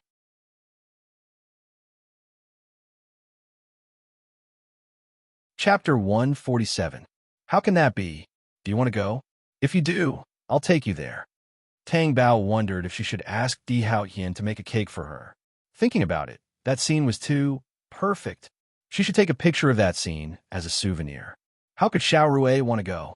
She was traumatized by Di Haoyan's beating. However, she felt that Di Haoyan still had feelings for her. Otherwise, how could she live? Moreover, she didn't have to look for Di Haoyan now. But how could she make Tang Bao happy? She must find a way to separate Tang Bao and Di Haoyan and divorce. I'm not going to look for Haoyan. I'm here to look for you. I finally know why Di Haoyan can't forget me. It's because I saved Haoyan's mother's life in the past. Xiao Rui saved a life? Tang Bao started to get curious and stopped sucking milk. His eyes finally turned to Xiao Rui. When I was in my teens, there was a terrorist attack in D City. That day I was hungry, so I asked someone to steal something. Then, I accidentally stole Haoyan's mother's wallet. Haoyan's mother came out to chase me and save herself from being killed by the explosion. So, Haoyan's love for me is something you can't compare to. Tang Bao was immersed in her thoughts. Didn't Lan Wanru just tell her this version of events a few days ago? At that time, when Lan Wanru asked her those words, he actually thought that she was the one who stole Di Haoyan's mother's wallet, right? After all, Di Haoyan married her. Now, it seemed that the person who stole the wallet was Xiao Rui. Two people. If it wasn't Tang Bao, then wasn't it Xiao Rui? Could there be a third person? The chances of it being a third person were not high. Don't tell me you didn't know what you were doing before. Tang Bao asked keenly. I know, but I didn't know that the person I saved by accident was Haoyan's mother, so I only found out recently. Tang Bao, you're going to lose no matter what. When Hao Qian is done with you, he'll end up worse than me. Don't forget, you're my substitute. Wami Lai, who was at the side, was confused. Then she interjected, I think Di Haoyan might like your looks. Tang Bao silently looked at the proud Xiao Rui and said, I really don't know what you're so happy about. You don't know? I've told you so much, but you still don't understand? I understand. I can't understand it any better. You saved Di Haoyan's mother's life. At most, you should be grateful. How can there be feelings? He treats you well because of Do you think you should be happy? Tang Bao asked. Xiao Rui was stunned by the question. Was there any difference? Good was good, and bad was bad. Tang Bao seemed to see through Xiao Rui's confusion and said kindly, If you want to be repaid, why don't you go to Di Haoyan's mother? Wouldn't that be more effective? But why do you want to go to Di Haoyan and pester him? This means that he doesn't have feelings for you at all. At most, he'll just repay your kindness. The feelings you want are not there at all, and you're still happily mixing kindness with feelings. If I were you, I would cry myself to death. After Tang Bao finished speaking, he even made an expression of being about to cry. Xiao Rui's face was livid, and she was so angry that she was panting. Well, I know. Tang Bao tapped his chin with his finger and looked like he was thinking. What do you know? Wan Malay asked. Are you sure you're not bluffing? Di Haoyan might have liked your face at first, and then he thought that since you're indebted to him, the two of you should be together. In the end, he sadly found that your personality and style are really terrible. So, he decided to only repay your kindness and not invest in your feelings. But he found out that you had ulterior motives, so he found an excuse to drive you away. Then, he met me, a little beauty who was loved by everyone, who made flowers bloom when they saw flowers, and who made cars have flat tires when they saw me. He fell in love with me instantly, and he fell in love with me. He can't live without me. Do you understand? Tang Bao did not forget to ask after he finished. Xiao Rui was stunned and did not come back to her senses for a long time. If Wan Malay did not control himself well, he would have laughed on the spot. However, it was not Wan Malay who burst out laughing from afar, but Tang Bao. Ha! Tang Bao held his stomach and laughed so hard that he was convulsing. The yogurt had already fallen to the ground. Wan Malay also felt that it was very funny, but he was not laughing as hard as Tang Bao. Tang Bao finally stopped laughing and asked Wan Malay, "Did you see Xiao Rui's face? It's so colorful. It's so beautiful." The story you made up at the last minute sounds so real. Right? I think it's real too. I feel like I'm going to believe myself. Tang Bao was amazed by his genius side. Then he sighed. Indeed, why is Xiao Rui so happy? You think that this man likes you, and you feel sweet in your heart. Suddenly, one day, someone tells you that he treats you well and likes you because he's repaying a debt of gratitude. God, how big a blow is that? She actually came to show off in front of me. Do you think that there's something wrong with her brain? Normal people could not understand at all. No wonder Di Hao Ian used to treat her so well. He must be repaying a debt of gratitude. Wan Malay wanted to tell Tang Bao that this was not a substitute. Xiao Rui was Xiao Rui, and she was her. Because if Di Hao Ian really liked Xiao Rui, and he was so grateful, wouldn't he marry her directly? But Tang Bao still would not make a one-sided conclusion. Could it be that Xiao Rui was talking nonsense? Everything had to be justified and backed up. Wasn't it better to ask Di Hao Ian? As soon as they arrived at the dining table, Tang Bao looked at the delicious food on the table and lay on the table weakly. He had no appetite. Di Hao Ian asked, "Is it not to your taste?" Tang Bao shook his head. "The food is good, but I want to eat assorted noodles." "Do it." Di Hao Ian did not look away from Tang Bao's face and directly ordered, "Yes, I'll ask the kitchen to do it right away." Zhang Li went to the kitchen. Tang Bao pulled one of Di Hao Ian's fingers and put it in his mouth to play with it. Di Hao Ian narrowed his dark eyes and asked dotingly, "Is it better than the food?" Tang Bao chuckled and his eyes flashed, but he did not say anything. "Don't hide anything," Di Hao Ian said domineeringly. "I want to ask you a question. Did Xiao Rui save your mother before?" Di Hao Ian's dark eyes were as calm as a lake and restrained the light. "Who told you that?"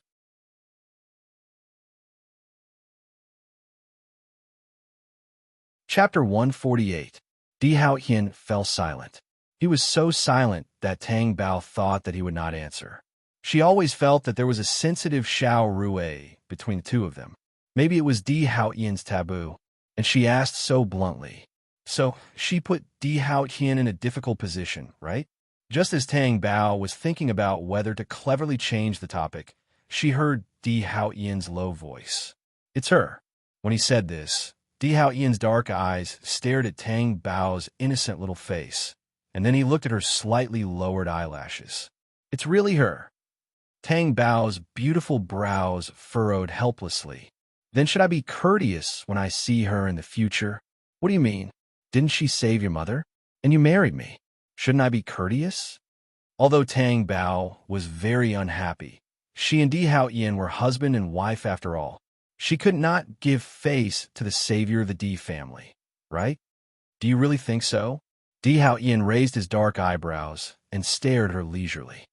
"That's what I think, but it's only courteous. Nothing more." Tang Bao made this point clear. Di Hao Ian's rough fingers played with her pouted lips and said in a low voice, "No need." "No need for what?"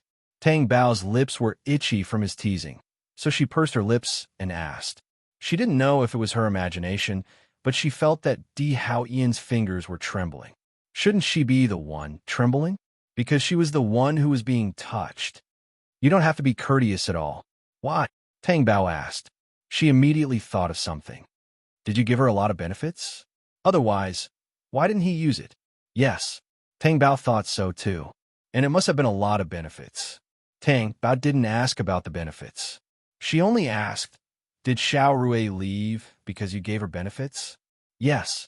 Tang Bao looked as if he had seen through everything and said, I knew it. That must be the case.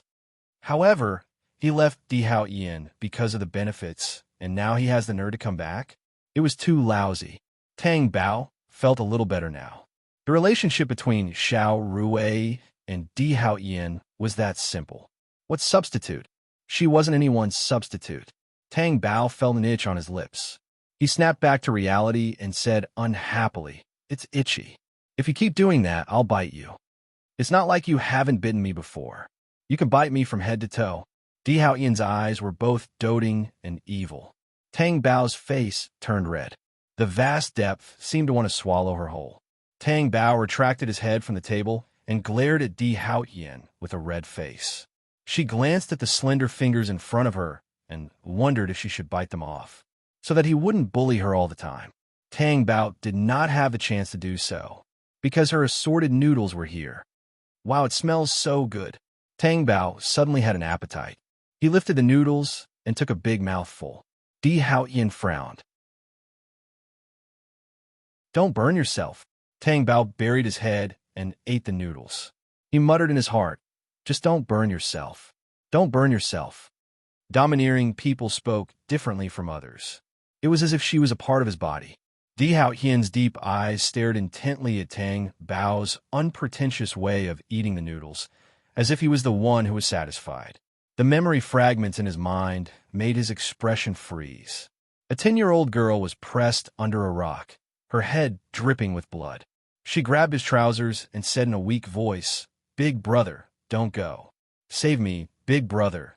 Di Hao Ian's heart tightened so much that it felt like it was being pricked by needles. Tang Bao did not burn herself.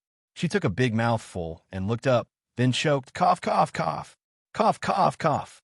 She spat the noodles in her mouth into the dishes on the table. Di Hao Ian came back to his senses and his face darkened. He went forward and patted Tang Bao's back until she stopped coughing. I told you not to burn yourself, and you choked yourself? Di Hao Ian's face was gloomy. Tang Bao's face, which was red from choking, turned to Di Hao Ian and said in an aggrieved tone, Can you blame me? When I look up, you stare straight at me. How scary is that? Di Hao Ian's face was tense, and his voice was slightly raised with a hint of danger. Do I look scary when I look at you? It's not that kind of scary, it's just...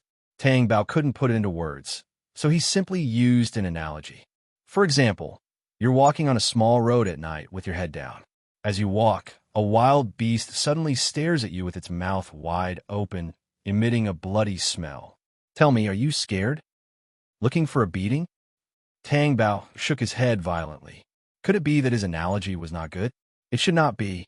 Otherwise, this person's face would not be so scary. Then I'll use another analogy. Do you still want to eat? Di Hao Ian's voice was filled with suppressed anger. If he continued to listen, he would really turn to a wild beast and eat her. I'll eat. Tang Bao continued to focus on her noodles. However, when she looked over, she saw the dishes that were ruined by her. She asked Di Hao Ian, These are all stained with my saliva. How are you going to eat them? Do you think I've not eaten enough of your saliva? Tang Bao buried his face in the noodles. It could be seen that the redness spread all the way to his snow-white neck. The keyboard in Tang Bao's office was destroyed by her. It was not caused by hitting the keyboard. It was because she spilled the water that she drank and directly drenched it. Then, a few of the keyboards malfunctioned. Therefore, she dragged Wan Malay to buy a keyboard. The two of them went to the computer store to wander around. This was simply a paradise for game lovers. Tang Bao saw a keyboard of the same model as hers. He pulled Wan Malay over and asked in confusion, Why did you buy me such a cheap one? Wan Malay thought about it and said calmly, Haven't you always been very stingy? When I bought it at this price, I was still wondering if it was too expensive. In the end, it was really too expensive because your keyboard is too useless. I didn't mean to pour the water on the keyboard. Tang Bao looked at her innocently. Why wouldn't I have such an accident? Wan Malay rolled his eyes at her and went elsewhere to pick out a mouse pad for herself. Tang Bao wanted to say something, but when he saw that she was ignoring him, the words got stuck in his throat and could not go up or down. It was really uncomfortable. Just as he was about to follow up and argue, a hand reached out from behind, covered Tang Bao's mouth, and dragged him back in one smooth motion. Oh! Tang Bao wanted to call out to Wan Malay in front of him. Wan Malay was looking down and did not notice anything. It was really daring to commit a crime under his nose. Tang Bao was dragged outside without any resistance. No matter how he struggled, he could not break free, and he could not see the person behind him. He only felt that this person was extraordinarily strong. He could not resist at all. Tang Bao was so anxious that his heart raced.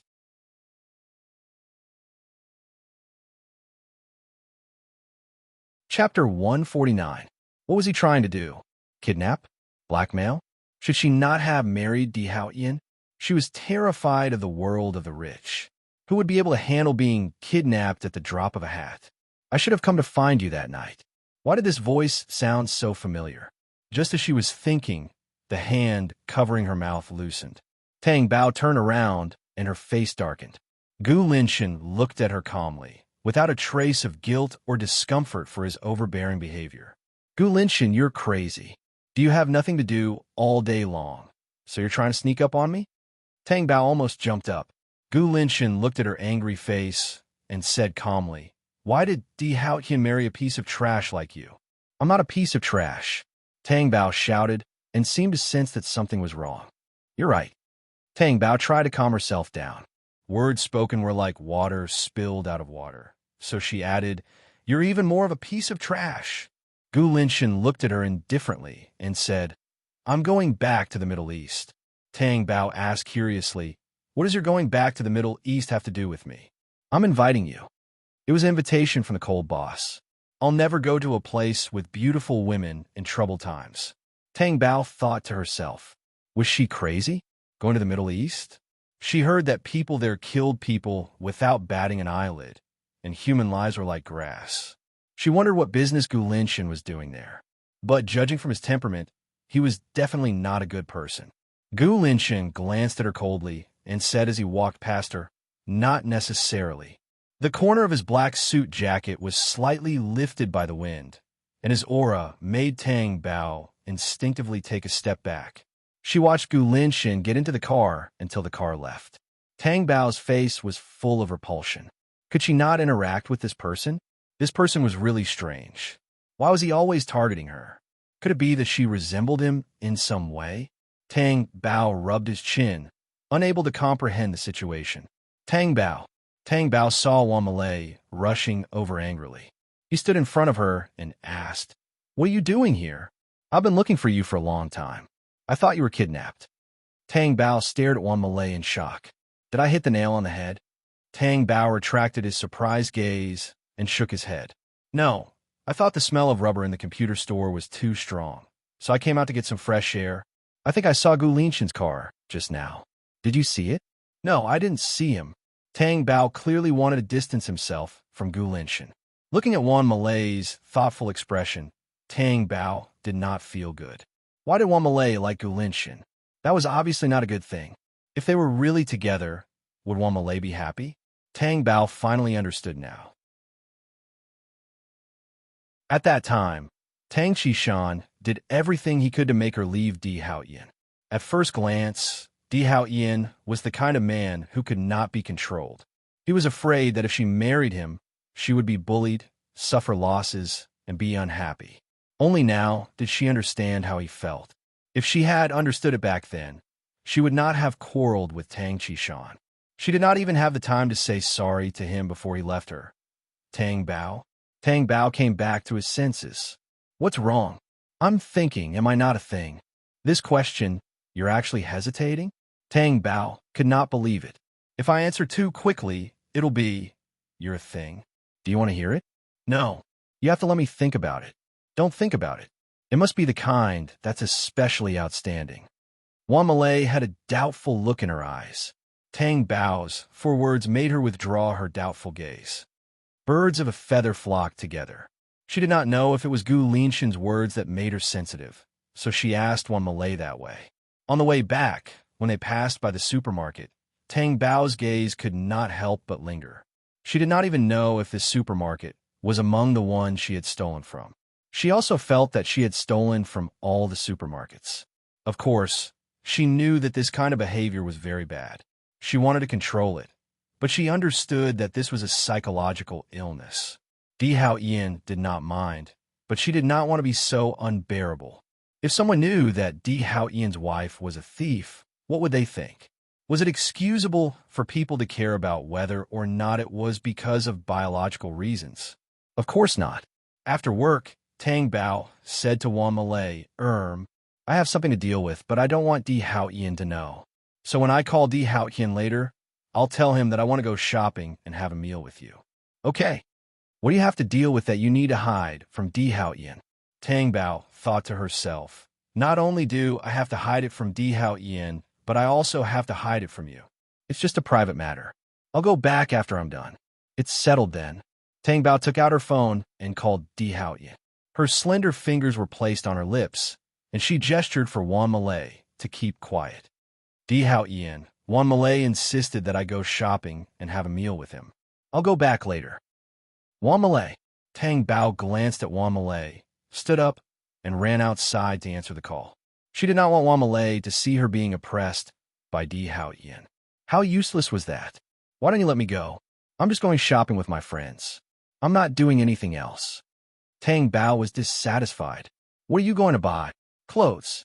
Are there not enough clothes in the castle? It's not a matter of enough. You don't understand, girls. The feeling of shopping and buying clothes that you like is very fulfilling. I'll pick you up at 7. Isn't it too early? Tang Bao frowned. Yes, I'll pick you up at 7. If you don't go, I'll go back to the castle now. Tang Bao gritted her teeth and cursed, Devil. Then I'll take the company car back. You don't have to pick me up. Tang Bao hung up after saying that, because she was afraid of hearing Di Hao Yin's low and domineering rejection. She did not want Di Hao Yin to pick her up. She was accompanied by many bodyguards when she appeared, and her aura could be felt from miles away. Besides, she was going to the hospital to see a psychiatrist. Should she ask Di Hao Yin to pick her up at the hospital? What would she say if Di Hao Yin asked her what she was going to do? Although Wan Malay and she were friends, he did not know that she had a habit of stealing things. Stealing things was a bad habit. It was hard to tell anyone. That was why she wanted to go out alone and could not tell anyone. Tang Bao had made an appointment, so she had to specify the time. Otherwise, why would she come at this time? On the way there, Tang Bao bought a hat, sunglasses, and a mask. There were 2 other women in the elevator on the way to the psychiatrist's floor. They were whispering to each other. Which actress is she? She's so beautiful. I think she acted in a movie. I can't remember at the moment.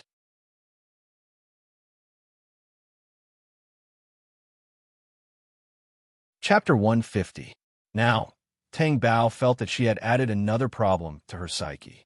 When someone said that she looked like someone, the shadow in her heart would grow. Did she have a common face? Not only did she look like Xiao Rui, but she also said that she looked like a celebrity. What the hell? After getting out of the elevator, Tang Bao waited for the elevator door to close behind her. She turned around and looked at her figure, face, and head to toe in the aluminum alloy mirror of the elevator door. She did look a little similar. Not like a certain celebrity, but like all the celebrities. Celebrities always looked like her when they went out. Her whole body was wrapped up like she had rubella. Tang Bao could not help it. Although she felt that the possibility of Di Hao Yin following her was very small, Tang Bao had to eliminate this small possibility.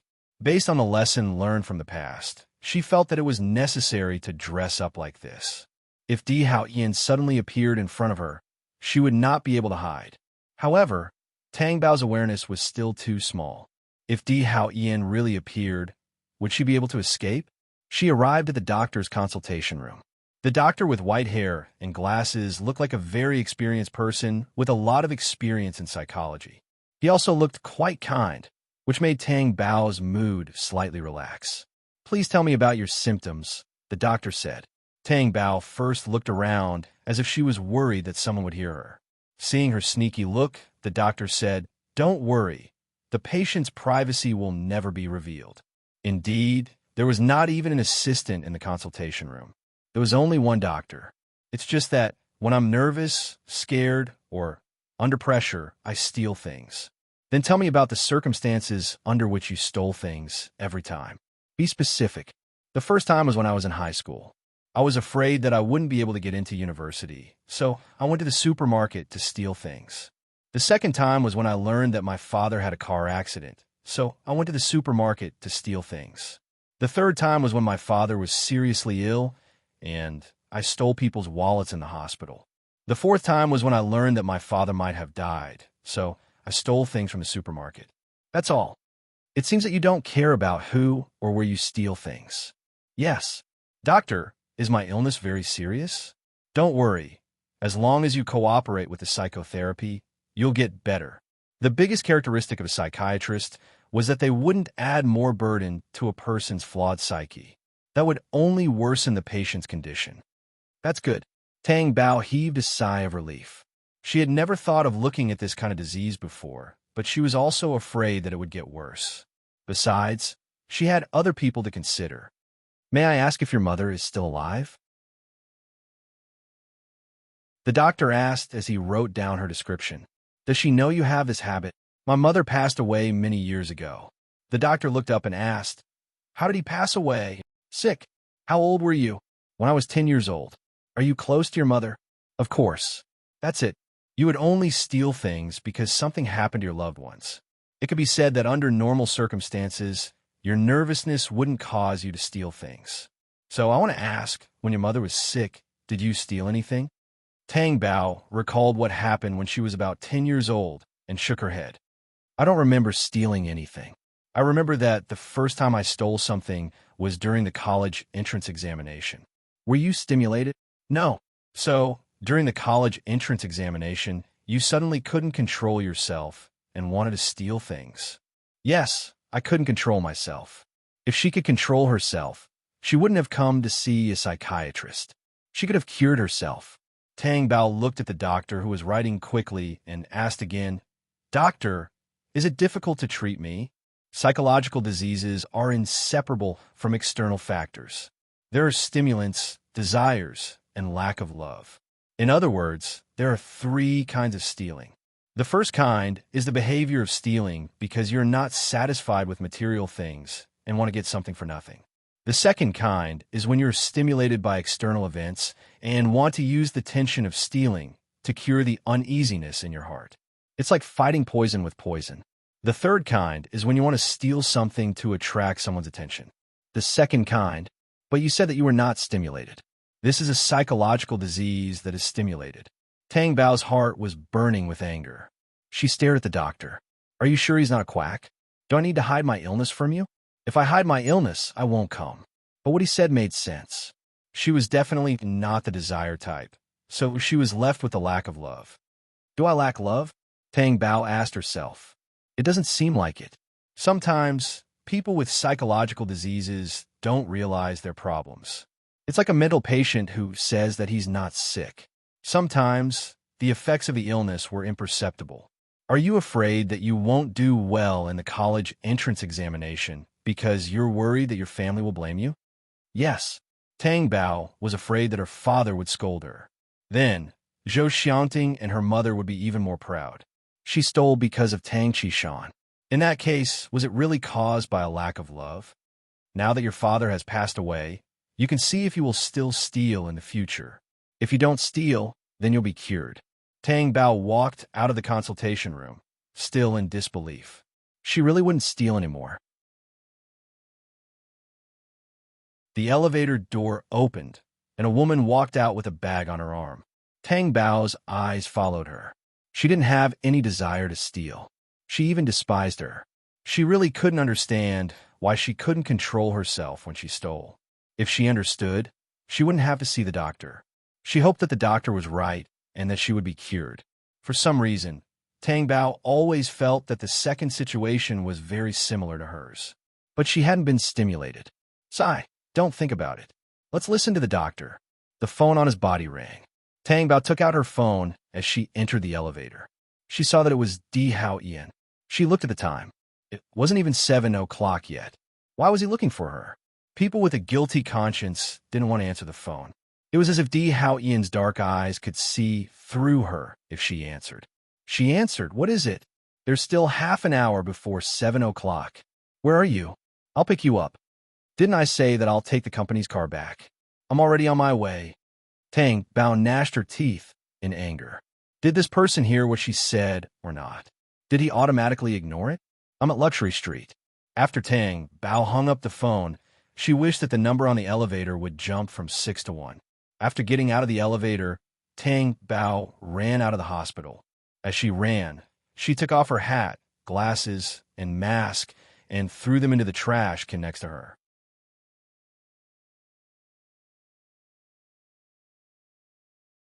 Chapter 151. After running for a few minutes, Tang Bao started to wail. Why did she say that she was at a luxury street?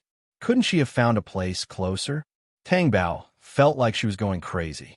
Why did her brain stop working every time she met Di Hao Ian? Her IQ had gone offline. Tang Bao ran as fast as she could. Halfway through, Di Hao Ian's call came in. "Where are you?" Di Hao Ian's deep and majestic voice came from the other end. Tang Bao tried to slow down her breathing and said, "I'm changing my clothes. I'll be done soon. I'll call you when I'm done." Di Hao Ian leaned lazily against the leather seat and crossed his long legs. The car window was lowered by a third. The silhouette of the car was dark and unclear. No matter how hard Tang Bao tried to hide it, he could still hear her soft breathing. His lower abdomen tightened when it entered his ears. After hanging up the phone, Di Hao Ian opened the tracking app on his phone and admired the moving red dot with his deep eyes. Di Hao Ian would not keep an eye on Tang Bao's whereabouts all the time. But now, it seemed that this little thing was lying to him.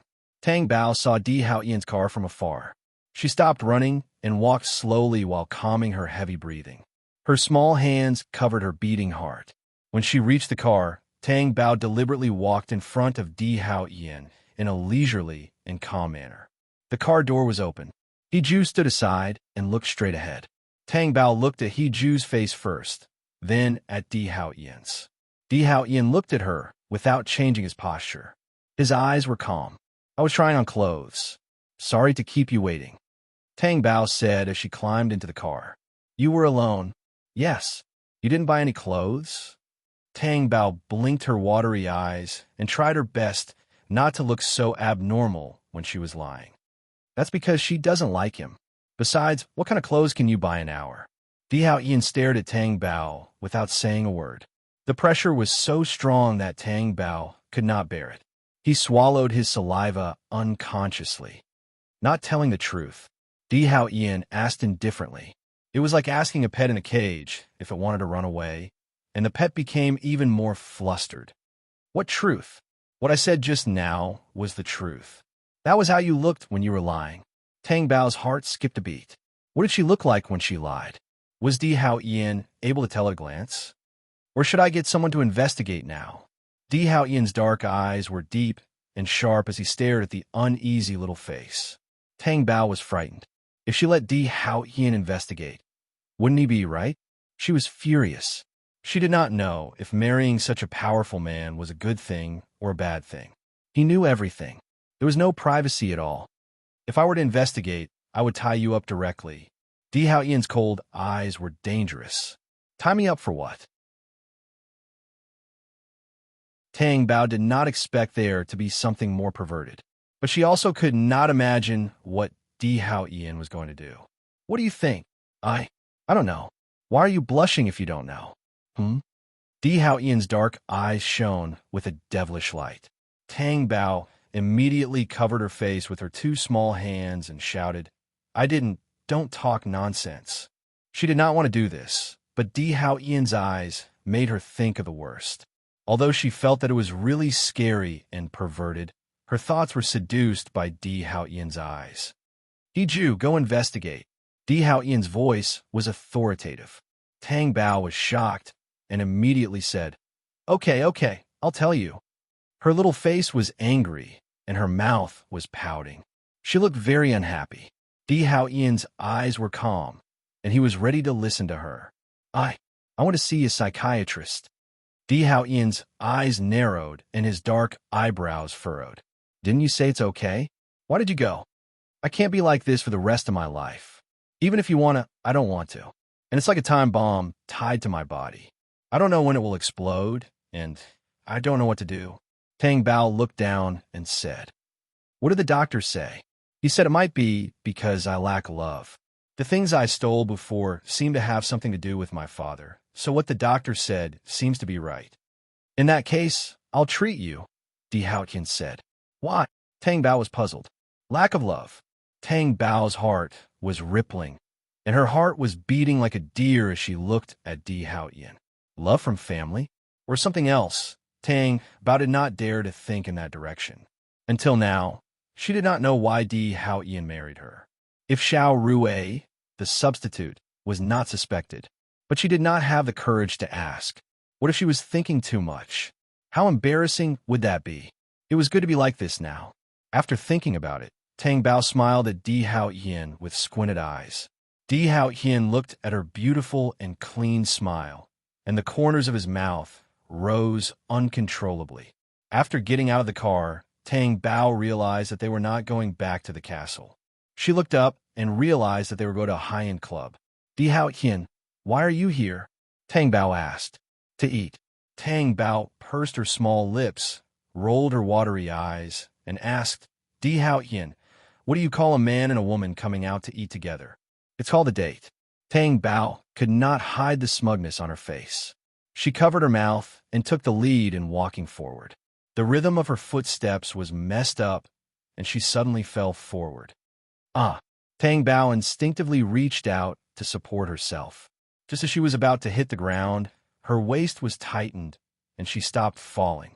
Her back was pressed against a strong and firm muscle.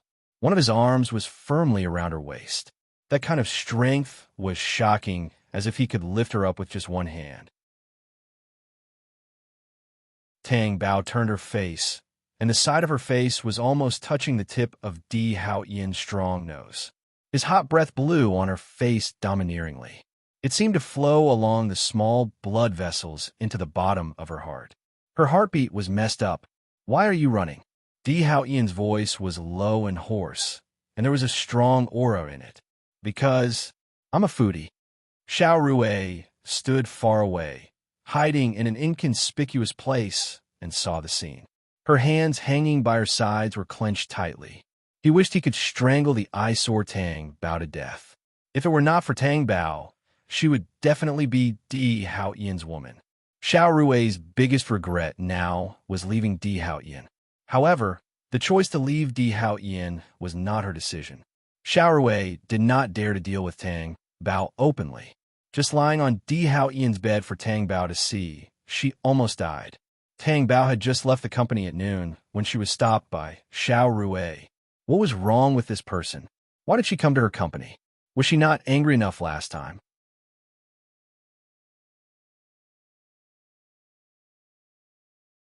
Chapter 152. However, things are different now. Now that she knew that Xiao Rui was the savior of Di Haoyan's mother, she couldn't do anything to her. Tang Bao sighed. He didn't know what God was thinking to arrange such a thing. "What will it take for you to leave Di Haoyan?" Although Xiao Rui's face was cold, she definitely had a request. "Are you negotiating with me?" Tang Bao asked. "Do you think this kind of thing can be negotiated? Haven't you heard of a saying?" "What saying?" "It's better to tear down 10 temples than to ruin a marriage. What you're doing is immoral." "I don't care. As long as you can leave Di Haoyan, I'll do anything you want." "Really? Really? Then you can go to hell."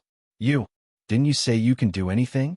You're not even willing to die, yet you dare to negotiate with me?" Xiao Rui was so angry that her face turned blue. She suppressed her anger and said, Except for this, I'm not interested in anything else." Tang Bao deliberately made things difficult for her so that she would never appear in front of him again. He was annoyed just by looking at her. In other words, you won't be willing to leave Di Haoyan no matter what? Okay, I won't let this go. After Xiao Rui finished speaking, she turned and left. Tang Bao looked at her speechlessly. Was it Xiao Rui's turn to divorce from Di Haoyan? She was thinking too much. Xiao Rui was really depressed and didn't know what to do. She went to find Lan Wanru. Lan Wanru's body had just recovered, but he still went to see Xiao Rui. When Xiao Rui saw Lan Wanru sitting down with difficulty, she asked, "Why do I feel that your complexion is much worse than last time? It's easy to relapse. I'm much better now. It doesn't matter. If I knew this would happen, I wouldn't have come. I can't bear to make you tired. You came to visit me. How can I not see you? With you thinking about me so much, my body will recover faster. But you don't look too good either. What's wrong? It's all because of the Tang Bao. Why is she pestering Hao Yin so shamelessly? They're already married. It's normal. You should let go." Lan Wanru persuaded. There were some words that were easy to persuade others, but difficult to persuade oneself. Of course, how could she really persuade someone like Xiao Rui? "I know I shouldn't have left Hao Yin. Can't you give me another chance?" This kind of seemingly infatuated pleading was particularly ear-piercing in Lan Wanru's ears. She smiled and said, "Have some tea." Xiao Rui had to pick up the teacup and take 2 sips. At this moment, Belle walked over. "Miss, it's time for you to take your medicine." Xiao Rui hurriedly said, "Go quickly, then I'll be right there." Lan Wanru stood up and entered the house. Xiao Rui waited outside for a while, but Lan Wanru didn't come out. Why did it take so long to drink the medicine? Xiao Rui couldn't figure out why Lan Wanru had to go into the house to drink the medicine. Couldn't she bring it out to drink? Xiao Rui stood up and wanted to look for Lan Wanru. Just as she was about to reach the door, she heard 2 servants talking. "What happened to Mrs. Body?" One said, "It seems that it's because the young master was shot. Miss got sick because she was too worried." The other said, "Xiao Rui, who was hiding in the dark and eavesdropping, was shocked." Di Haoyan was shot? When? It didn't look like it. Fortunately, it's fine now. But why was the young master so careless? I heard that the young master was shot because of the young master's wife. Are you talking about the young master's wife? That's her. Xiao Rui, who heard it clearly in the dark, turned around and left. She didn't look for Lan Wanru anymore. Belle pushed the door open and entered the room. "Miss, Xiao Rui left. Since I'm here, I can't go back empty-handed." Lan Wanru leaned on the bed and closed his eyes. She only found out when she overheard Di Lingwei and Li Yuhui talking. She was indeed very worried. Fortunately, Di Haoyan was fine. Xiao Rui would definitely do something when she received such news. Who cared what she would do? It wouldn't be anything good. Indeed, Xiao Rui definitely couldn't hide such news when she received it. Why didn't she hear anything about Di Haoyan being shot when she was with Yu Songhuan? Did he hide it well? But if his son was injured, how could he be so calm? Xiao Rui would definitely mention it in front of Yu Songhuan. It was fine if he knew, but if he didn't, then there would be a show to watch. In the bungalow. "What did you say? Hao Yin was injured by a gunshot? When?" Yu Songhuan was so scared that the cup in his hand almost fell to the ground. "I don't know when, but it must have been not long ago. Also, I heard that Hao Yin was injured while saving Tang Bao," Xiao Rui said. Yu Songhuan's expression became even worse. She had never liked Tang Bao. Now, she disliked him even more. However, Di Haoyan actually hid this matter and did not even tell her. "Auntie, don't worry. Hao Yin is fine now." Xiao Rui comforted her. When Tang Bao went into the cloakroom to get his pajamas, he was stunned when he entered. The previous layout had been changed. Now, 2/3 of the space was filled with her women's clothes, and Di Haoyan only had 1/3. Even if it was only 1/3 of the space, it was still very big, let alone hers. In other words, her women's clothes were half as big. Why did it increase again? What did Di Haoyan mean? Why did he need so many clothes? Could she wear them all? But girls still like new clothes. Tang Bao walked forward, his hands slowly moving as he sighed in amazement. At the dividing line, her clothes were next to Di Haoyan's. He wondered if there was Di Hao Ian's scent on her clothes. Tang Bao saw that there was no one around and secretly sniffed Di Hao Ian's shirt sleeve. As soon as he sniffed, he felt the air being oppressed. He was so scared that he immediately flung his sleeve away and stood up straight. His eyes stared straight at Di Hao Ian as he covered his guilty conscience. "Why did you come in?"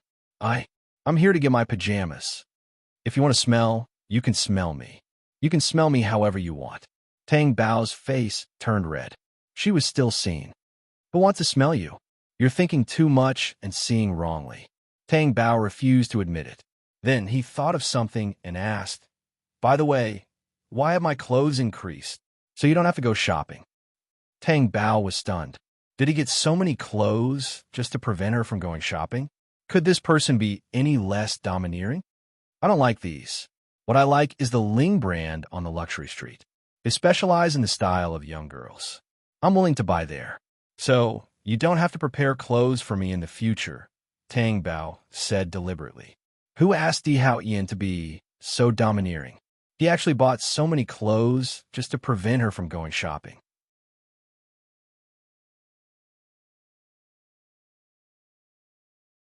Chapter 153. Di Hao Ian's expression became even colder and uglier. The clothes here were all designed by top-notch designers. From head to toe, from inside to outside, they were all limited edition. How could she not be satisfied? Tang Bao felt the air was extremely oppressive and cold. She then looked at Di Hao Ian's expression. It was expressionless. Tang Bao thought to himself without much confidence. Could it be that she was wrong?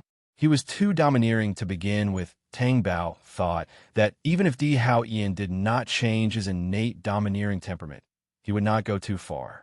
However, the next day, Tang Bao went to the cloakroom and found an extra clothes rack. She went up to take a look. She was too familiar with the brand Ling, but there were no Ling clothes here before. Tang Bao ran to Di Hao Ian and asked, "Why are there Ling clothes in the cloakroom? Do you like them?" "I do, but they shouldn't be here. They should be hanging in the shop." Tang Bao was puzzled. Then she asked with a depressed expression, "Did you move their shop back?" "No, they said that these are the main payment for this quarter, so I asked someone to bring them all back." "I can't wear so much even if you bring back so much." Tang Bao expressed her disappointment. Also, Tang Bao was stunned. "Also, what else? I've already bought the Ling brand. All the stores belong to you, including the one you like." Tang Bao stood there dumbfounded. Should she not have said that she liked the Ling brand? If she did not say that, Di Hao Ian would not have thought of buying it. Tang Bao stood aside and did not say anything. She felt that she had committed a sin. "Take this card. Show it when you go, and they will know who you are." Di Hao Ian held a hard card between his slender fingers. Tang Bao took it with both hands, trembling. She still hadn't recovered from the shock of buying a brand. The next day, Tang Bao really went to that shop alone. After entering, he was probably not recognized and was received like a normal guest. She was even given a glass of lemonade. After looking at the clothes and bags, Tang Bao felt that she did not need to buy anything because she had everything at home. However, Tang Bao still felt that it was better to buy a handbag. After all, girls would never complain about having too much. After Tang Bao picked a fashionable backpack for himself, he saw a satchel next to it and remembered that Juan Malay had said that he wanted to buy a satchel.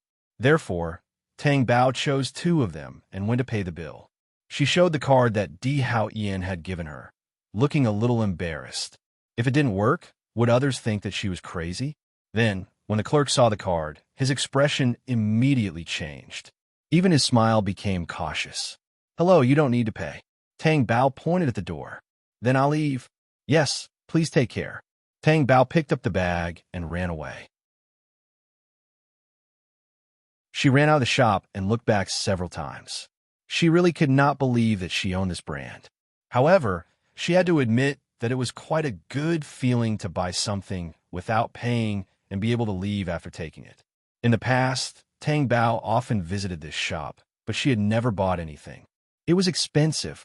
A random bag cost 6 figures. Unless the money was so much that it pierced through flesh, who would buy it?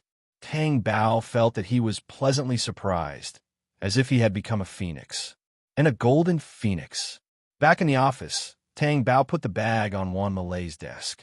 Wan Malay looked up in a daze. What? Then she looked at the name of the bag. What's in it? Tang Bao pointed at the logo on the bag. Look here. I see it. Didn't you buy the roast duck in a branded bag last time? Tang Bao was dumbfounded by what he had done last time.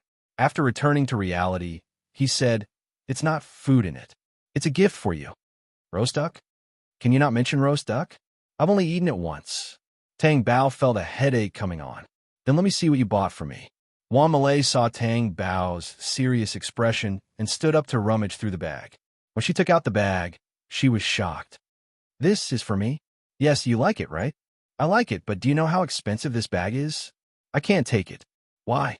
Didn't you say that you wanted to buy a bag last time? Look, one for me and one for you. Tang Bao showed her the bag he bought. You bought it with your own money. It's fine that you bought it for me, but it's so expensive. It's more than my whole family's savings. You can refund it. If you really want to buy it for me, buy a non-branded bag. Wan Malay was shocked. Do you think I bought you a bag without a purpose? What purpose?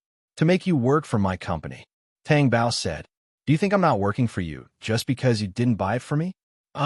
Actually, these two bags don't cost a cent. They don't cost money. You picked them up? Wan Malay thought. Why are you so good at picking them up? No, let me tell you. Tang Bao covered his mouth with his hand and whispered into Wan Malay's ear. Wan Malay's expression changed, and she went crazy.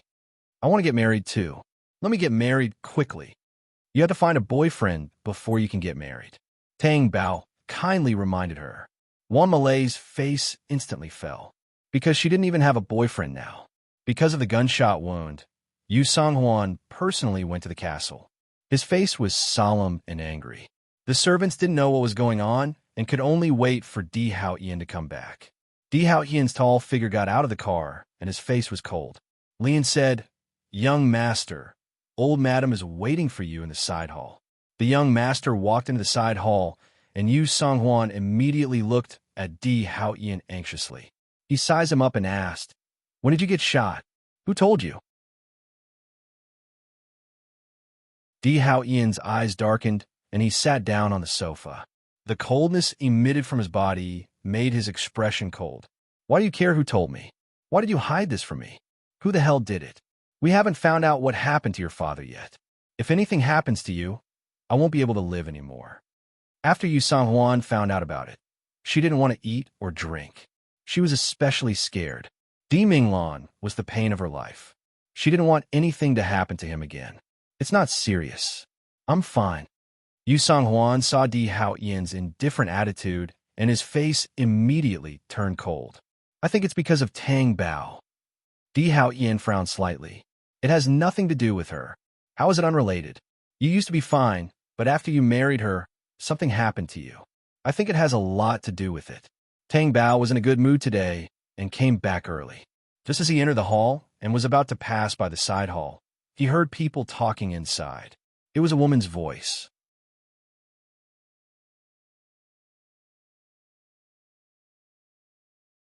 Chapter 154. How did the saying go again? It was better to return late than early. Returning early would always give you an unexpected surprise. Now, Tang Bao saw a surprise. In the past, there was Lan Wanru. Who is it now? Yu Songhuan continued. Are you happy with this marriage? I know you married her because of me, but I'm telling you, I don't agree to this marriage. Hearing this, Tang Bao didn't even think about it and went to the side hall. Di Haoyan, what kind of woman did you bring back this time? Tang Bao went in angrily. When she saw the woman sitting on the sofa, she said in disbelief, And she's old? Di Haoyan's face was dark, and the lines on his face were tense. Yu Songhuan had nowhere to vent the anger in his heart. His chest was heaving up and down. Have I seen you somewhere before? Tang Bao asked. Yu Songhuan suppressed his anger and said, How could you not have seen me before? In the supermarket, you didn't give up your seat and said that I was taking advantage of my seniority. If Tang Bao couldn't remember, she would remind her. As expected, Tang Bao remembered. It wasn't like it was old news. How could she not remember? Just as Tang Bao was wondering why Yu Songhuan was here, Yu Songhuan said, Since both of you are here, I'll be straightforward. Get a divorce. Tang Bao was stunned. She looked at Yu Song-hwan and felt unhappy. Who was this person? What right did he have to ask her to divorce Di Hao-yin? Di Hao-yin's eyes were cold and dark. He turned to Tang Bao and said, "Come here." Tang Bao walked over hesitantly. Just as she was about to sit down beside Di Hao-yin, she was pulled over by Di Hao-yin's strength. She plopped down on Di Hao-yin's thigh. Tang Bao's face turned red. She lowered her voice and asked, "What are you doing?" In the castle, it was usually fine. This was in front of outsiders. Tang Bao's mind spun quickly. Could it be that Di Hao-yin wanted her to put on an act for this person? Therefore, Tang Bao wrapped his slender arms around Di Hao-yin's broad shoulders and cast a provocative look at Yu Song-hwan. Yu Song-hwan was infuriated by his smugness. Di Hao-yin naturally saw the provocative look on Tang Bao's face. If it were not for the fact that this was not the right place, he would have directly bit that little mouth. With a sullen face, she said in a low voice, "Baby, this is your mother-in-law. Don't make trouble." "Grandma? What grandma?" Tang Bao asked in confusion. However, when she saw the mockery in the depths of Di Hao-yin's dark eyes, and then looked at the angry Yu Song-hwan, Tang Bao's soft body that was leaning against Di Hao-yin's sturdy chest slowly tensed up. He was furious. There was no longer any provocation on his face. He was anxious to get off Di Hao-yin's body. This was not good. How could he act like this in front of Di Hao-yin's mother? Di Hao-yin even said, "Don't make trouble. Don't make trouble. Why are you hugging me? You're hugging me and not letting go." Therefore, Tang Bao could not get off him no matter what. He was so anxious that his face turned even redder. "I'm taking advantage of my seniority. I can't afford to be your mother-in-law." Yu Song-hwan was angry. Tang Bao's heart was filled with regret. How could she meet Di Hao-yin's mother while shopping? They even scolded each other. And just now, she said that the woman Di Hao-yin brought back was old. Tang Bao lowered his head and bit his lip. Di Hao-yin's dark eyes had a doting smile. "There's no seam on the ground. Don't look for it." Tang Bao turned his face and secretly glared at Di Hao-yin. "Why didn't you tell me?" Di Hao-yin looked up at Yu Song-hwan. "She's still young and doesn't know any better. You don't have to hold it against her." "Fine, I won't hold it against her. But there are some things that I have to do. You have to get a divorce." The more Yu Song-hwan got to know Tang Bao, the more he realized that she was not suitable for the Di family. He was dissatisfied with her every time. Tang Bao looked at Di Hao-yin's profile, who was silent. He would be lying if he said that he wasn't nervous. What would Di Hao-yin do in the face of the Empress Dowager's strong pressure? Tang Bao had no idea that Di Hao-yin's mother disliked her so much that she wanted Di Hao-yin to divorce her right in front of her. How much did she dislike her? What would Di Hao-yin do? That was his biological mother. "I've only been married once in my life." Di Hao-yin's deep and hoarse voice was so clear and heavy in the quiet air. Tang Bao felt a pang in her heart. She didn't know what to say or how to react other than looking at Di Hao-yin's profile. "Are you threatening me?" Yu Song-hwan asked angrily. "I can compromise on anything except this," Di Hao-yin said. Yu Song-hwan thought that Di Hao-yin would at least consider it if he made it so clear. Look at what he's saying. He's being so direct and ruthless. Yu Song-hwan knew his own temperament too well. He was a man of his word. Did she want her son to be alone for the rest of his life? Yu Song-hwan threw a dirty look at Tang Bao, rose to his feet, and left without saying anything. Tang Bao immediately broke free from Di Hao-yin's arms and ran after his mother. "Mom, aren't you going to stay for dinner?" Yu Song-hwan's back stiffened. He turned his head and couldn't believe what Tang Bao had just called his mother. There was no joy. Instead, her expression became even worse. Tang Bao smiled at her. Yu Song-hwan didn't want to watch any longer. He turned around and left. Tang Bao thought to himself that she had never been so polite to anyone in her life. But it seemed that these words didn't work on anyone. Di Hao-yin's mother didn't seem to be easy to coax. Just as Tang Bao was feeling gloomy, he felt a hard slap on his buttocks. Tang Bao blushed and covered his buttocks. He angrily said to Di Hao-yin, "Why didn't your mother tell me that she was coming? It was so awkward just now. Weren't you very happy just now?" Di Hao-yin asked with a deep look in his eyes. Tang Bao's face had just cooled down when Di Haoyan's words made it hot again. She said unhappily, "If I don't call you that, what should I call you? Or do you not like me calling you that? If you don't like it, I won't call you that next time." Di Haoyan didn't say anything. He stepped forward and held her waist. Tang Bao looked shy. It was fine to hug her, but why did her lower abdomen have to be pressed against Di Haoyan's abdomen every time they hugged? She could clearly feel the scorching heat. Such a huge lump was too uncomfortable for her. She could feel the strong force through the material of his pants. It was as if the danger would come out at any time. "Why are you hugging me? If you don't like it, just say it. It's not like I don't accept it. Why are you diverting your attention?" Tang Bao was dissatisfied. "What don't you like? You don't like me calling you mom that way." Di Haoyan lowered his face and said in a low voice, "You have such a sweet mouth." Tang Bao's breathing was slightly irregular. His eyes were shining. In the next second, he swallowed his slightly irregular breathing. Tang Bao panicked and tried to escape. He stopped Di Haoyan. "You're not allowed to kiss me."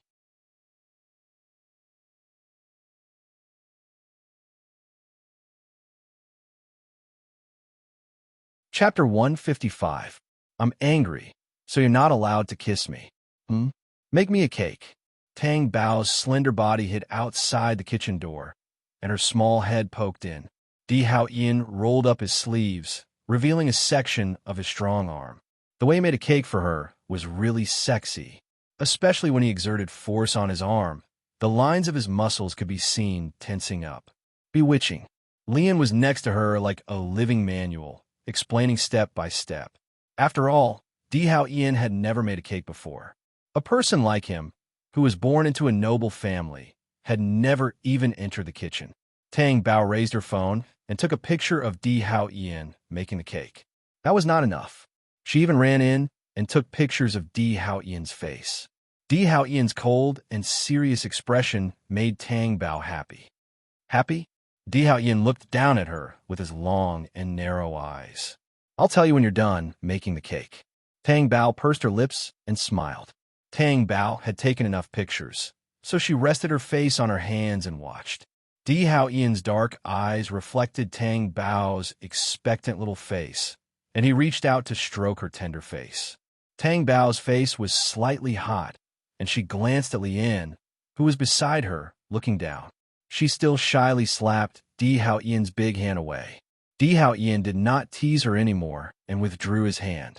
Tang Bao's face, which had been touched, instantly turned into a big dirty cat, but the big dirty cat had no idea how cute she looked. Lian saw it, but he did not laugh. He continued to maintain his high standards as a butler and did not show his emotions. "Di Haoyan, do you like this look of mine?" "It's okay." Tang Bao wrinkled her nose. She looked like a kitten. She was not very satisfied with this answer. "If you don't like women, you'll find a face like this? Who are you trying to fool?" Tang Bao thought for a moment and asked, "If a girl who looks like me appears in the future, will you like her?" "I won't. Isn't it too fake?" "I didn't even think before answering." "There's no need to think." "Why? You are one of a kind." "Really? My face is unique, right?" Tang Bao held his face happily. "I just don't like people saying that I look like someone. Last time, a passerby said that I look like a certain celebrity. Are his eyes on the top of his head?" Tang Bao complained for a while. Then, he really wanted to see his unique face. There was no mirror in the kitchen, so he took a knife and pointed it at her face. The stainless steel mirror reflected Tang Bao's face clearly, including the colorful jam on her face. "What's this? Why is my face so messed up?" Tang Bao wiped her face with her hand and found it sticky. She looked back at the jam and remembered that Di Haoyan had touched her face. She glared at Di Haoyan fiercely. "You did this, didn't you?" "No." If it's you." "No, you dirted my face, so I'm going to dirty yours." Tang Bao dipped her fingers in jam and drew lines on Di Haoyan's strong nose and face. She drew seriously. Di Haoyan let her draw. After she finished drawing, Tang Bao was happy and smiled. Her eyes were smiling like crescent moons. "Paint my mouth, too." "You want to paint your mouth? This is your request, isn't it? Don't blame me when the time comes." Tang Bao thought to herself that Di Hao Yin did not see how bad his face was. Otherwise, he would not have asked her to paint his mouth. Looking at the color of the jam, she was troubled. What color should I paint you? Green? Blue? Red? Di Hao Yin, what color do you like? I can choose. Of course, I'm very easy to talk to. What kind do you like? Strawberry. Strawberry. Tang Bao looked at Di Hao Yin sneakily. Di Hao Yin, I didn't know that you were such a charming man. Haha, don't worry, I won't laugh at you. Then, she held back her laughter and smeared the red jam evenly on Di Hao Yin's thin lips. Are you done? I'm done. Do you want to look in a mirror? Ha ha. Oh. Tang Bao, who was laughing happily, was hugged by Di Hao Yin by the waist. Her head was held, and her small mouth was eaten. Di Hao Yin domineeringly invaded her mouth and kept going deeper. The taste of the strawberry jam spread in her mouth and body. It was too late for Tang Bao to understand Di Hao Yin's purpose now. He didn't let go of her until all the strawberry jam was stirred into her mouth, and she finished it. Tang Bao stared at her watery eyes while panting. Her face was flushed. She was speechless. You're too much. Tang Bao, who had finally recovered, was furious. She turned to look at Leon. Leon had left long ago. She and Di Hao Yin were the only two people in the huge kitchen. How can you be so bad? Tang Bao punched Di Hao Yin's chest unhappily. How am I bad? You deliberately let me smear it on your mouth and then let me eat it. Don't think I can't tell. Is it delicious? Tang Bao looked proud. I don't know. I can't taste it. Then eat it again. No. Tang Bao was so scared that she ran away. Seeing that Di Hao Yin didn't chase after her, she leaned on the table and smiled proudly. Then she thought of something and the smile on her face disappeared. Di Hao Yin, does your mother dislike me very much? No. Why not? She already wants the two of us to divorce. After Tang Bao finished speaking, she looked at Di Hao Yin. Why don't we get a divorce? Stand there and don't move. Di Hao Yin threw the things in his hand and walked towards Tang Bao. Tang Bao was shocked and quickly ran away. She was about to run around the table. However, she was too slow and her reaction was too slow. She was directly hooked by Di Hao Yin's long arm. Tang Bao directly crashed into his strong chest. Ah! Tang Bao exclaimed. What did you say just now? I didn't hear you. Say it again. Di Hao Yin looked down at her coldly and dangerously. What did I say? I didn't say anything. Tang Bao would never admit it and play dumb.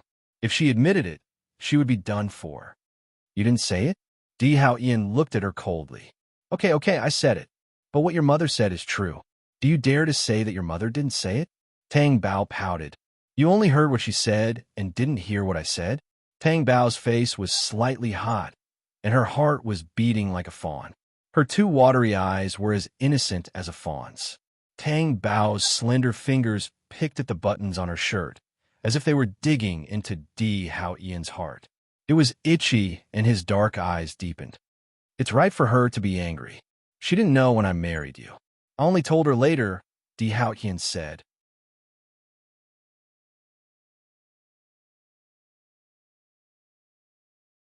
Chapter 156. The more Tang Bao thought about it, the more he felt that it was Di Hao Yin's fault. He was so angry that he stomped his feet. Don't worry. I'm here. Nothing will happen. Tang Bao looked at him for the corner of his eyes and asked suspiciously, Really? There's nothing that Di Hao Yin, can't do. Tang Bao wanted to say that there was definitely something, but he thought that there was something that Di Hao Yin couldn't do. But he didn't think of it. Tang Bao wanted to leave Di Hao Yin's side, but Di Hao Yin easily killed it. His forces and elites were simply unfathomable to others. It was just that Tang Bao looked to the side. Does that include making a cake? But you haven't done it yet. Maybe the taste is hard to swallow. As soon as he finished speaking, his butt was spanked.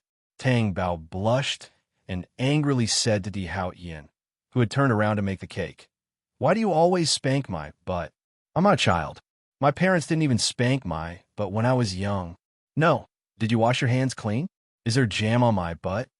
Tang Bao almost jumped up and down with Di Hao Yin. After the cake was done, Tang Bao ate the cake. It was sweet in her mouth.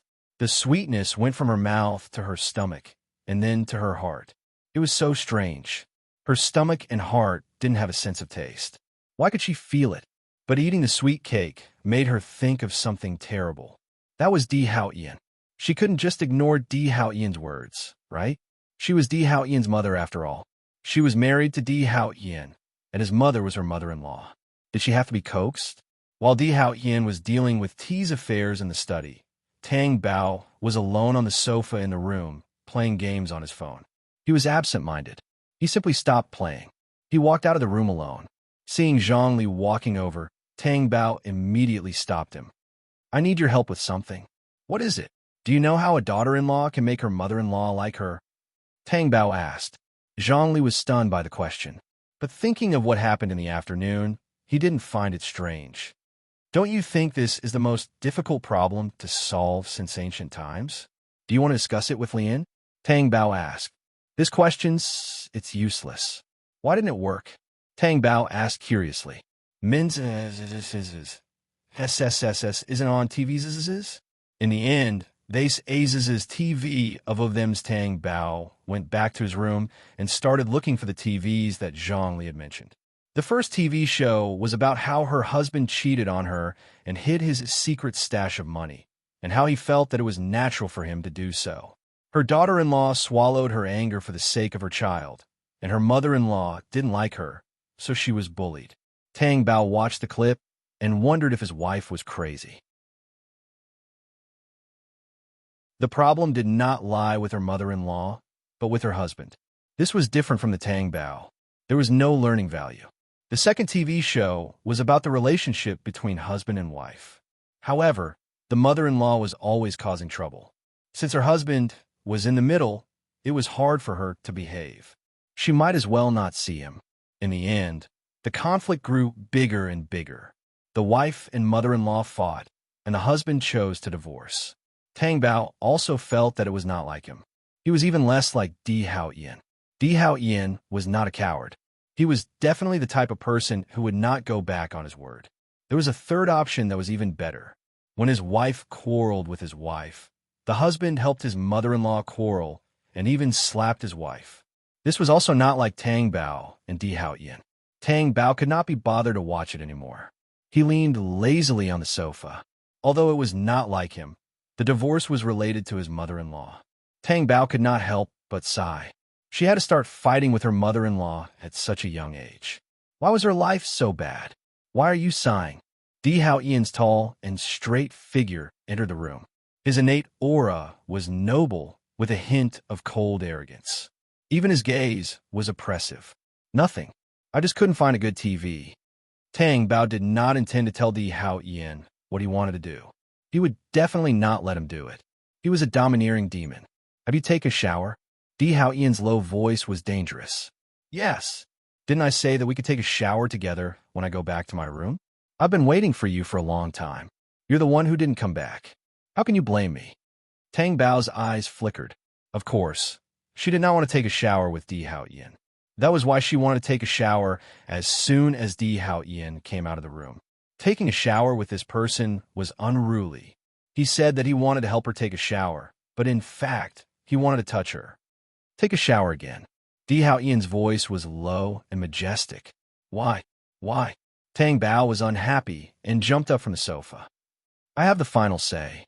The next day, Tang Bao continued to think about her big problem in the company. She walked around the office. "Don't tell me that you're thinking about the company's business development?" Wang Malay walked over and asked. "Where are you going?" Tang Bao asked. "This document is for Vice President Zhou," Wang Malay said. That vice president was actually from T. The company was decided by the vice president and then handed over to T. Although the Tang family's company was independent, people who did not know would think that it was under T. In other words, Tang Bao really came to the company to sleep. It was not a big deal to occasionally take care of things. Vice President Zhou? Why don't I know him? Tang Bao was confused. See, even the vice president of her company did not know. Young Master was probably not satisfied with the previous one, so he changed it. What's Di Hao Ian doing? Why didn't he tell me that he changed the people in my company? Isn't he being too nosy? Tang Bao felt that it was really strange. Juan Malay thought, ever since you took over the company, hasn't young master always been like this? Then why didn't Vice President Zhou come to see me? After all, I'm the boss of the company. Vice President Zhou said that he wanted to see you. Didn't you say that you don't have time for the time being? Did I say that? Yes, Juan Malay said with certainty. She was the one who passed it on. Tang Bao touched his chin and thought for a moment. He said, don't send the documents. Call him to come and see me. Okay. Juan Malay went to make the call. Tang Bao sat behind her desk seriously and waited for the so-called Vice President Zhou to come. After a while, there was a knock on the door and he came in. When Tang Bao saw the so-called Vice President Zhou, he was so shocked that he almost fell from his chair. Aren't you a lawyer? Tang Bao asked with widened eyes. Zhou Jisen had the temperament of an elite. He smiled like an elite and said, I changed my profession. Doesn't being a lawyer earn money? It's okay. Tang Bao thought, what do you mean it's okay? I think it's Di Hao Ian's idea. After Zhou Jisen left, Juan Malay asked, do you know him?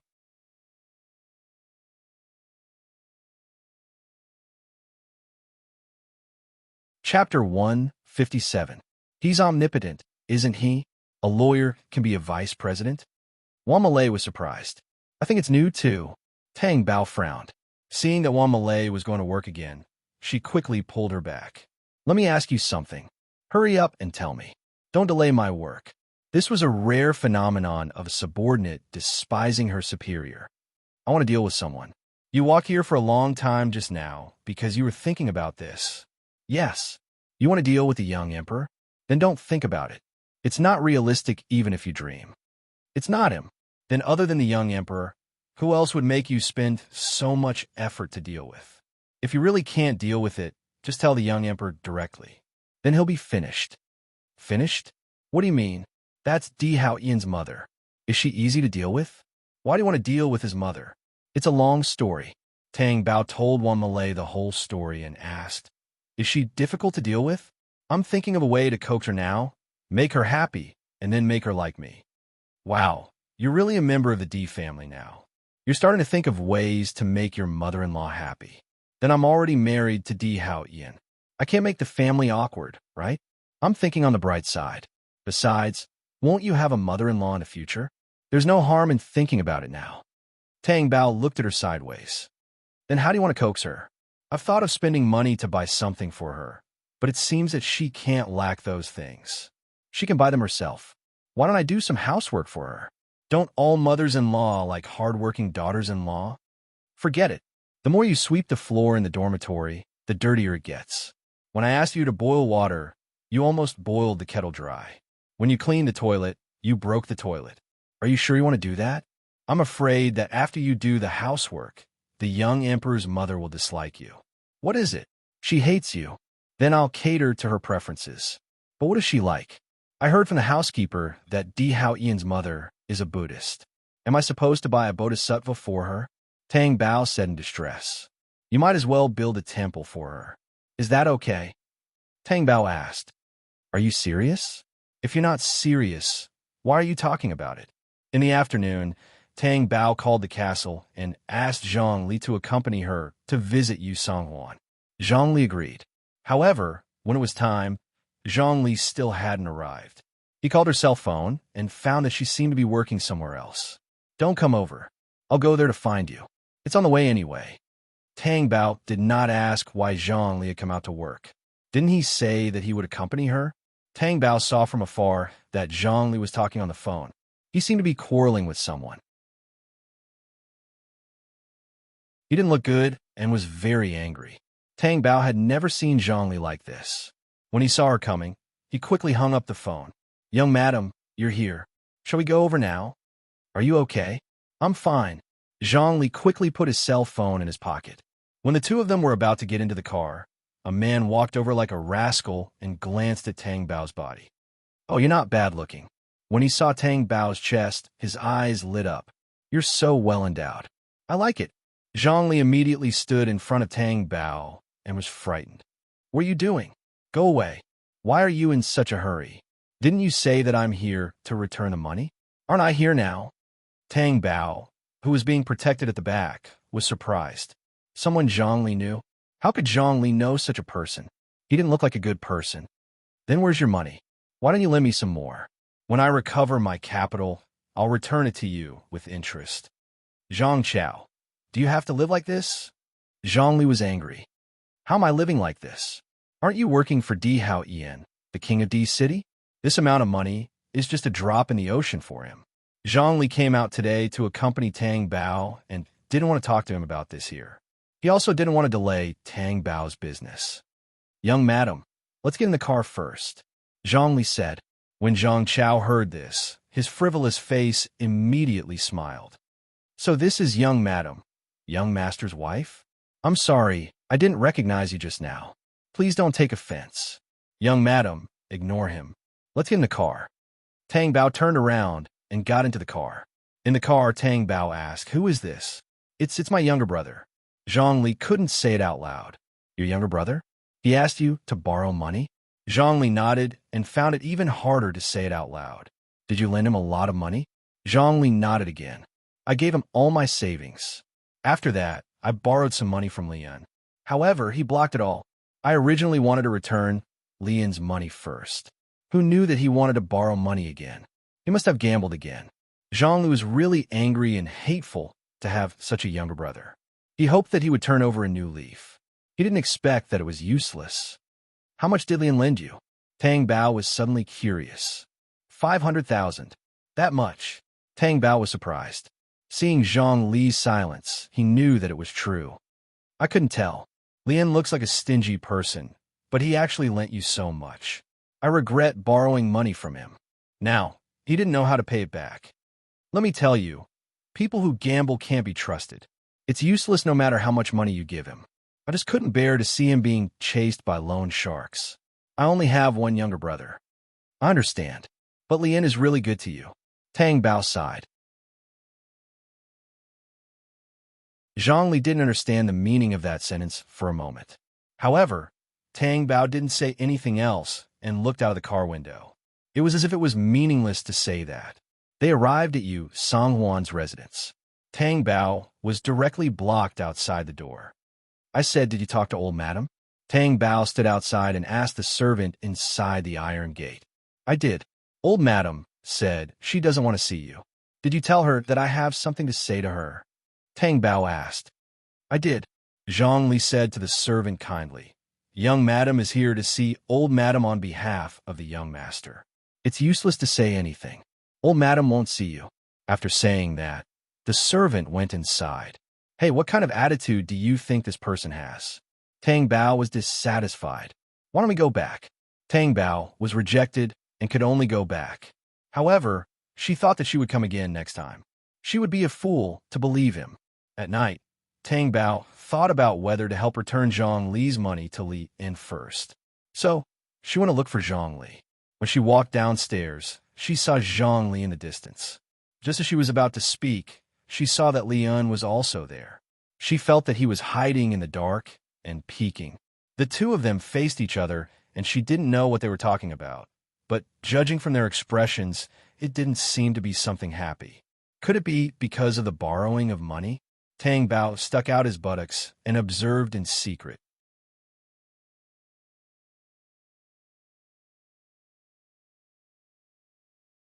Chapter 158. Tang Bao didn't notice at all. She was so engrossed in reading that her little butt was swaying from side to side. It was like a butt that deserved a spanking. Don't worry. You can give it to me when you have it, Lian said. But the more Lian said this, the more guilty Zhang Li felt. Can I share it with you? Even if I take my monthly salary, I'll pay it back. It was basically impossible for Zhang Chao to exchange it for money. She was too naive to think that he would pay it back. If it makes you feel better, you can do that. Lian didn't say anything else and turned to leave. Zhang Li was very grateful to Lian. Tang Bao, who was hiding in the dark, looked at the smile on Zhang Li's face and felt that she shouldn't help him pay back the money. She didn't know why, but she felt that way. Are you done reading? Oh my God, you scared me to death. Tang Bao sat on the ground. She saw Di Hao Ian's tall figure standing in front of her. He was so tall that she had to tilt her neck to see his face. Then she was dissatisfied. Di Hao Yin, why are you standing behind me without saying a word? Then why are you hiding here? Di Hao Yin wasn't asking, but interrogating, because he knew what Tang Bao was doing sneakily. Tang Bao clapped her hands and stood up. Nothing, I just wanted to look for Zhang Li, and then I saw Zhang Li and Li En talking. I didn't want to disturb them, so I just waited here. Since they've all left, shall we go back to our room and sleep? Bao Bao, are you inviting me to sleep with you? Di Hao Yan's dark eyes had an indescribable luster. Tang Bao was stunned. Then she patted her mouth and yawned. Ah, I'm so sleepy, I'm going to sleep. Why am I so tired today? She mumbled as she went to her room. Tang Bao didn't expect that someone would go to the company to look for her. This man was Zhang Li's younger brother. When Wan Malay told her about it, Tang Bao did not quite believe it. What did you say his name was? His name is Zhang Chao. Do you want to see him? Tang Bao thought for a moment and said, yes, but he's only allowed to wait at the entrance of the company. She wanted to know what Zhang Chao wanted to do. How bold of him to come and look for her. However, people who gambled did not care about their own family. Are you going to stand there and talk to him? Wan Malay asked. I just had my fill, so I'll treat it as digestion. When Tang Bao walked out of the company, he saw Zhang Chao leaning against the wall. Seeing her come out, he stood up straight and said with a cheeky smile, young madam, I'm sorry for making you come out to see me personally. Compared to you, those people at the front desk are really snobbish. I said that I was very close to you, but they actually didn't let me in. I was the one who didn't allow it. Tang Bao sized up Zhang Chao. He was dressed differently from last time. Last time, he was very casual and tacky. This time, his hair was waxed, and he was wearing a suit. It was neither fish nor fowl. Why are you looking for me? Nothing much. I just want to get to know young madam more. Young madam is really young and beautiful. You're the most beautiful woman I've ever seen. Even I'm attracted to you. Tang Bao looked at Zhang Chao and said with a friendly look in his eyes. Instantly, he felt like he had F*** cat a cactus. When are you going to pay back the money you owe Zhang Li? Tang Bao asked. Zhang Chao immediately acted like a rich man. I have plenty of money, but I've been having some cash flow problems recently. I'll immediately pay her when I have some money. Why did Tang Bao not believe his words? If it weren't for his brother, Zhang Li wouldn't have been cheated out of his money. Young madam, what do you think of me? Isn't it especially manly? Zhang Chao's hand brushed through his shiny hair as he asked confidently. Pretty good. Tang Bao felt that it was better not to discourage a lunatic. Otherwise, his illness would get worse. The doctor said that lunatics were not easy to discourage. After she said that, Zhang Chao became even more proud. He couldn't suppress the excitement in his heart and asked, then, young madam, do you have any intention of keeping me as your sugar daddy? What the hell? Tang Bao was shocked. Keep me as your sugar daddy. Aren't there many rich women nowadays who like to keep gigolos? Also, the price of my type is relatively low. It won't be too high. What do you think? Tang Bao finally calmed down and said, it's not about the price. I think there's something wrong with your brain. Are you an idiot? Keep you as my sugar daddy? Are you crazy about money? Which part of you looks like a gigolo from head to toe? I think you look like an idiot. Let me tell you, you can't just look at appearance. I have an inner quality. If I didn't have an inner quality, would I say that? What inner quality? Tang Bao was stumped. Are you tempted? Zhang Chao was hit in the face by something. He covered his nose as blood flowed out. He was instantly angry. What is it? How dare you hit me? Then he stared blankly at the brick in Tang Bao's hand. Tang Bao threw the brick away and stretched his wrists and shins. Get out of here if you don't want to die. I'm telling you, I won't give up. Zhang Chao said and ran away with his tail between his legs. Tang Bao sneered. Keep you as my sugar daddy? Don't you care about Di Hao Yin's feelings? You actually lost to a retard? Tang Bao thought that Zhang Chao was just talking tough and wouldn't come. He didn't expect that he would really come the next day. No. Tang Bao, is she your admirer? Wan Malay asked. Don't discuss me, okay? I didn't see anyone. You can go down and take a look. Her outfit and hairstyle are so shiny that even a fly would fall to its death. Forget it. I still have work to do. Then Tang Bao thought about it. What if Di Hao Ian found out about Zhang Chao's behavior? Di Hao Ian would definitely be ruthless to Zhang Chao, but he didn't want to implicate her. Moreover, Zhang Chao was like a mangy dog that couldn't be beaten away. What should he do? When they were in the castle, Tang Bao asked Zhang Li, "What is your brother most afraid of?" "He's most afraid of not letting him gamble." Zhang Li was depressed when he thought of his brother. Other than this, for example, he's afraid of something? Zhang Li thought about it and said, he was afraid of boneless worms when he was young. Does this count? Yes. Tang Bao smiled. Tang Bao got a small box of boneless worms from the pet shop. As soon as the lid was opened, the worms inside wriggled together. Tang Bao had goosebumps all over his body. It was really disgusting. Wan Malay entered the office and said, "Your admirer is here again. I want to see him in person this time. He's really greasy." Has he left? I asked him to leave, but he didn't. Okay, I'll go see him.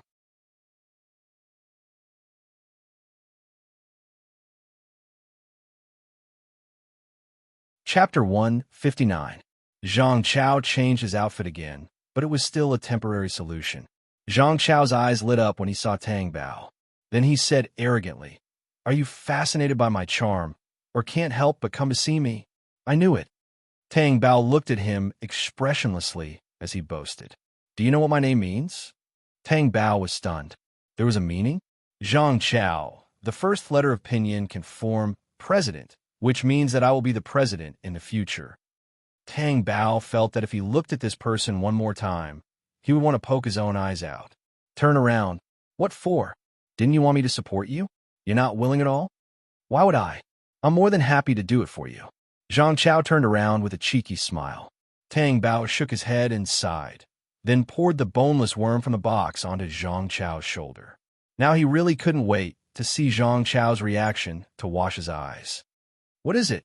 Zhang Chao asked. Tang Bao didn't speak. He stepped back and kept a distance from him. Zhang Chao felt something crawling on his shoulder and turned his head to look. "Oh!" He jumped up and wailed.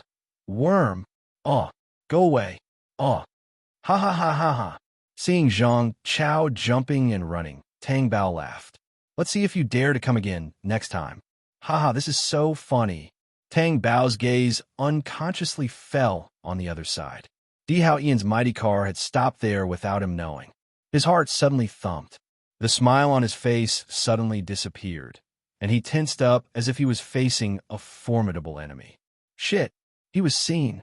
The car stopped there, and the bodyguard's car didn't move either. Even Ju didn't get out of the car to open the door. The car didn't move. Tang Bao didn't move either. Finally, Tang Bao moved. Because even if they didn't see Di Hao Ian in person, just looking at his car, they couldn't withstand the suffocating pressure. Tang Bao resigned himself to his fate and walked towards the car. As soon as he opened the car door, he saw Di Hao Ian's gloomy face and the bone-chilling cold in the car. The cold air was emitted from Di Hao Ian's body. Tang Bao suppressed the trembling of his heart and laughed dryly. "Di Hao Ian, why are you here? Are you here to see me?" "I can't come." Di Hao Ian's calm voice seemed to hide a volcano. "How is that possible? Your arrival is a pleasant surprise for me. I'm so happy that I can't wait to kiss you." "Let's kiss then." Tang Bao's expression changed. "Do you really want to kiss me?" Seeing Di Hao Ian's cold face, they discussed, "Why don't we go to the office?" Di Hao Ian's face was still cold. Tang Bao looked left and right. Seeing that no one was around, he braced himself and got into the car. Sitting in the seat, he tilted his face and kissed Di Hao Ian's thin lips. Then, he said with a red face, "Right? I'm happy to see you." A kiss was not enough to loosen Di Hao Ian's cold face. Instead, it became colder, because Tang Bao seemed to be guilty. What's wrong? What's the first point of the 3 obedience and 4 virtues? Tang Bao was terrified. She trembled when she heard the 3 obedience and 4 virtues. She lowered her head and said, "You're not allowed to look at men other than my husband. Did you do that?" Di Hao Ian's voice was several degrees colder. Tang Bao knew that Di Hao Ian's possessiveness was coming out to scare people again. So he quickly explained, "Do you know who that man was?" He's Zhang Li's younger brother. He came to look for you. He probably ran out of money from gambling. Zhang Li didn't lend him money, so he wanted to get some money from me. You saw it too. I scared him away. Tang Bao thought about it seriously. Di Hao Yin, why don't we change the first point of the 3 obedience and 4 virtues? This request was too difficult. Tang Bao was afraid that if there was a chance to change the second and third point, would she die? Tang Bao's gaze timidly glanced at Di Hao Yin's body. Every time he glanced at her, he saw despair on her face.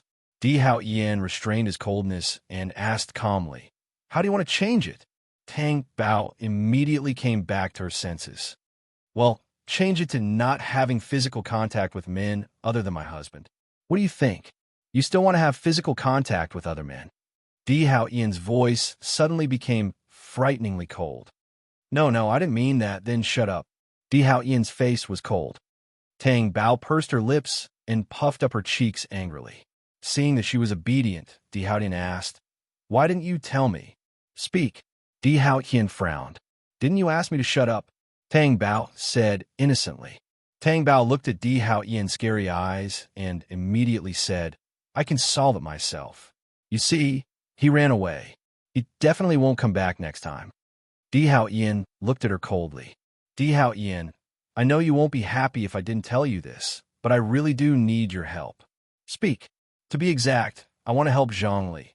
Di Hao Yin's face darkened, and he didn't say anything. Tang Bao took the initiative to approach Di Hao Yin. She hugged Di Hao Yin's arm with both hands and said coquettishly, "That Zhang Li is your man. No matter what, you should help him." "My man?" Di Hao Yin stared at her with his dark eyes.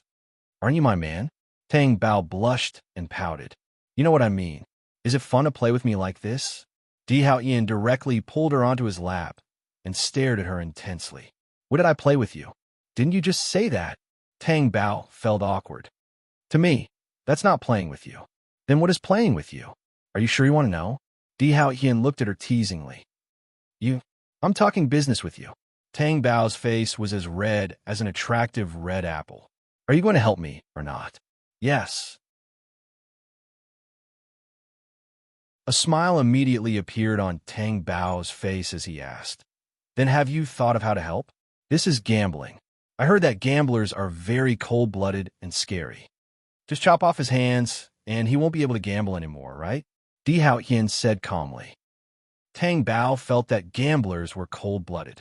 Di Hao Yin was even scarier than gamblers. Di Hao Yin looked at her adorable and dazed look and asked with a wicked look, "Are you afraid?" "I'm not afraid, but I don't think this method will work. If you chop off Zhang Chao's hands, won't Zhang Li die of sadness? After all, he's his brother." Tang Bao recalled the time when she was molested by 2 men in a bar. Then Di Hao Yin directly cut off the tendons of her hands and feet. That was really cruel. She believed that it was not impossible for Di Hao Yin to do that.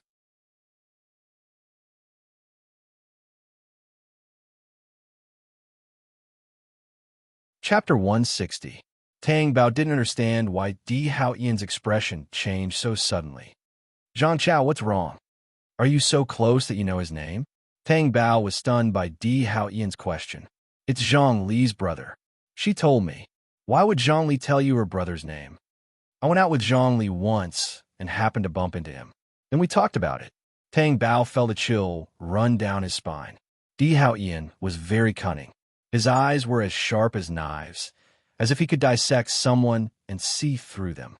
Di Hao Yin didn't ask any more questions because there was nothing he didn't know. Making her nervous was just a small punishment for her. "Di Hao Yin, you're not really going to chop off his hand, are you?" Tang Bao was anxious. Did she do something wrong with her good intentions? "Don't plead for mercy for other men. This doesn't count, right?" Tang Bao was shocked. "It does." "Then do you know how to chop off his hand or not? If you say another word, I'll chop off his hand." Tang Bao pursed his lips and smiled. "I knew you wouldn't. Di Hao Yin, you're the best. You'll soon know that I'm not good." "What do you mean?" Tang Bao's nerves immediately tensed up vigilantly. In Tang Bao's office. "Straighten your hands." Di Hao Yin roared majestically. Tang Bao immediately straightened his hands. At this moment, she was facing the wall and her hands were at the same level as her shoulders. What a sin. She had never been punished like this by her teacher when she was a child. Di Hao Yin, please, my arms will be tired, Tang Bao wailed. It was so embarrassing to punish such an adult like a child. Even if no one in her office saw it, she still felt embarrassed facing the air. You didn't think of those who did wrong? Di Hao Yin walked toward Tang Bao gracefully like a fierce beast. What kind of mistake is that? Tang Bao muttered. Stand for another 10 minutes. Oh no, I was wrong, okay? Tang Bao's head was almost steaming. How could he treat her like this? The Tang Bao hated the 3 obediences and 4 virtues. No, Tang Bao was furious. Di Hao Yin, don't go overboard. What's the point of this? I'm the boss of a company, and this is how you treat me? Let others see where my dignity lies. Then you can put your hand down, Di Hao Yin said in an easy tone. Tang Bao immediately cowered. She didn't dare to do that. If she did, wouldn't she be punished even more horribly by Di Hao Yin? Tang Bao answered his own question. Yes. Di Hao Yin, I beg you. Tang Bao was begging when her hand tightened. She didn't even need to look down to know what kind of evil scene it was. Why aren't you begging anymore? You? What do you want? Tang Bao bit her pink lips and was about to cry. She was about to break. Tang Bao retracted her hand and was about to stop him. Then she heard Di Hao Yin's dangerous voice. Try putting your hand down. Tang Bao stretched out her hand again. She wanted to cry, but had no tears. How do you feel? Di Hao Yin asked in a hoarse voice. Ew, go away. Tang Bao's face was red and her breath was short. She wanted to move, but couldn't. It was as if her limbs were loose, and she was letting Di Hao Yin do whatever he wanted to her. Bao Bao, are you begging for mercy? Tang Bao was embarrassed and angry. She wanted to bite Di Hao Yin. Not only did this person act evil, but he also spoke so viciously. I didn't. Di Hao Yin, didn't you say that as long as you're angry, I can kiss you? Tang Bao said unsteadily. Then did you kiss me? I kissed you in the car. My anger has subsided. Tang Bao finally knew why she ended up like this. If she had kissed Emperor Hao Yin the first time, she would have kissed him until he calmed down. Wouldn't she have gotten nothing? Then can I kiss you now? Tang Bao asked pitifully. She was forced to take the initiative. She was really pitiful. After she asked, Di Hao Yin didn't respond. Instead, he lifted her chin forcefully and turned her face back. Di Hao Yin's long and narrow eyes looked even narrower in his slightly narrowed state, like a sharp sword. His voice was low and hoarse. Since you're so proactive, I'll kiss you until you suffocate. Then Tang Bao's small mouth was kissed in that position. Tang Bao's breath stopped, and her watery eyes blinked uncontrollably. Tang Bao was almost kissed to death. She might be the first person in the world to be kissed to death. This was simply a world-class joke. Di Hao Yin sat on the chair with his long legs crossed. Even if he crossed his legs, it couldn't hide his physical discomfort at this moment. He was trying hard to endure his heavy breathing. He suppressed the evil fire in his heart. Tang Bao stood a little far away from the desk, holding a glass of water. Her lips were red and swollen, and she looked like she had just been ravaged. Why are you staring at me? It's not my fault. Didn't you say that it would be fine if I kissed your anger? Tang Bao expressed her grievance and protest. Di Hao Yin's face became even paler. He kissed her with anger, but his lust came up. His lust was even fiercer than his anger. I should eat you right now. Di Hao Yin's voice was terrifyingly fierce. His eyes were as fierce as when he saw his prey. Tang Bao's hand trembled, and she almost dropped the glass. In order to divert Di Hao Yin's attention, she didn't want to be treated like a delicacy at any time and place. She hurriedly said, "It's time to eat. Where are you going to eat?" "Let's eat here. The company cafeteria. Do you have a problem with that?" "No." Tang Bao thought to herself. It's not that I have a problem with that. It's that I have a lot of problems with that. If she went to the cafeteria with Di Hao Yin, how sensational would it be? How about this? I'll treat you to a meal outside. Tang Bao's watery eyes rolled as she said.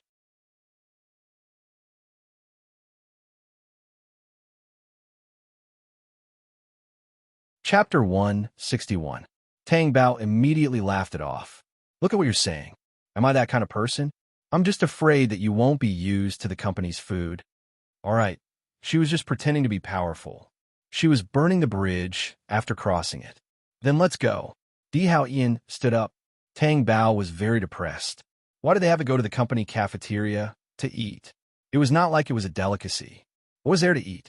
If everyone in the company saw Di Hao Ian's appearance, how could they still eat? They were probably so scared that they did not even dare to sit. Why aren't you leaving? A low and dignified voice sounded. Tang Bao braced herself and followed. He had no choice. Di Hao Ian looked at the cafeteria. Sure enough, those who were eating or had finished eating all stood up cautiously. No need to stand. Di Hao Ian's voice deepened. Those people were so intimidated that they sat down again. This was even more effective than an order. The cafeteria was open, so Di Hao Ian and Tang Bao sat down in front of everyone.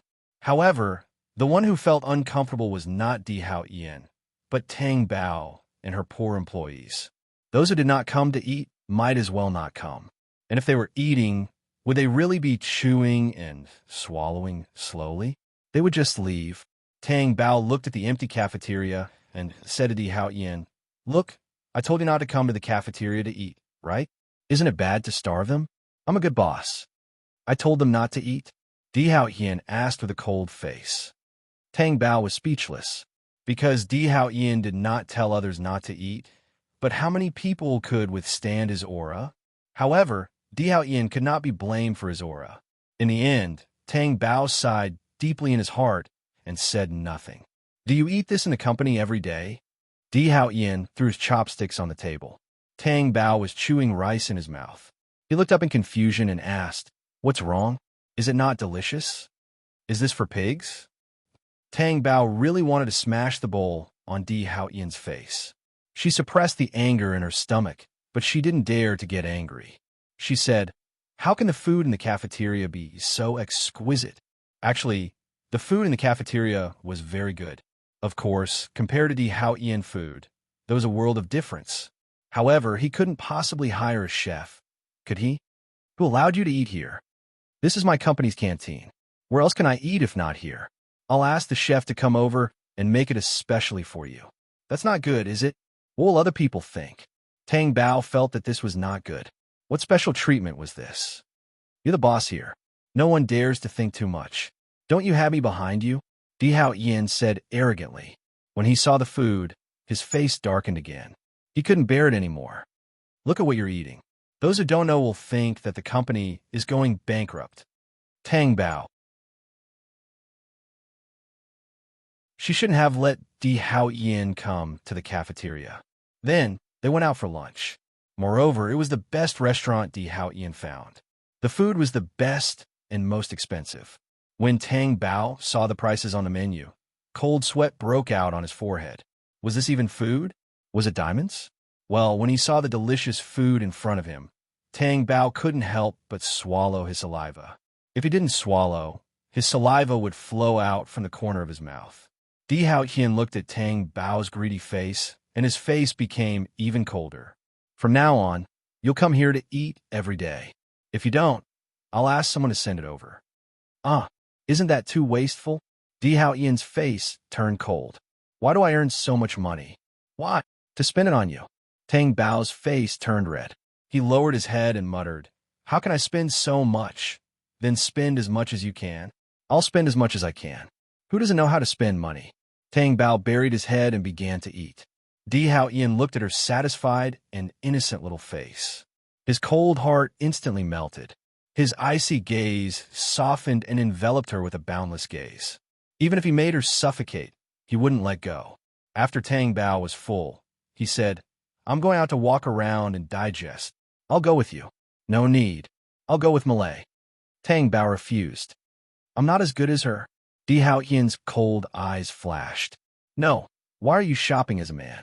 You're not suitable. I'm leaving. You can go back by yourself. After Tang Bao finished speaking, he stood up and ran away. Although Di Hao Ian's face was dark, he didn't stop the person who ran away quickly. Other girls hoped that their boyfriend or husband would accompany them shopping, but she was the opposite. Her unpretentious look was very interesting. Tang Bao ran not far away. When he saw that Di Hao Qian didn't chase after him, he felt an indescribable sense of accomplishment.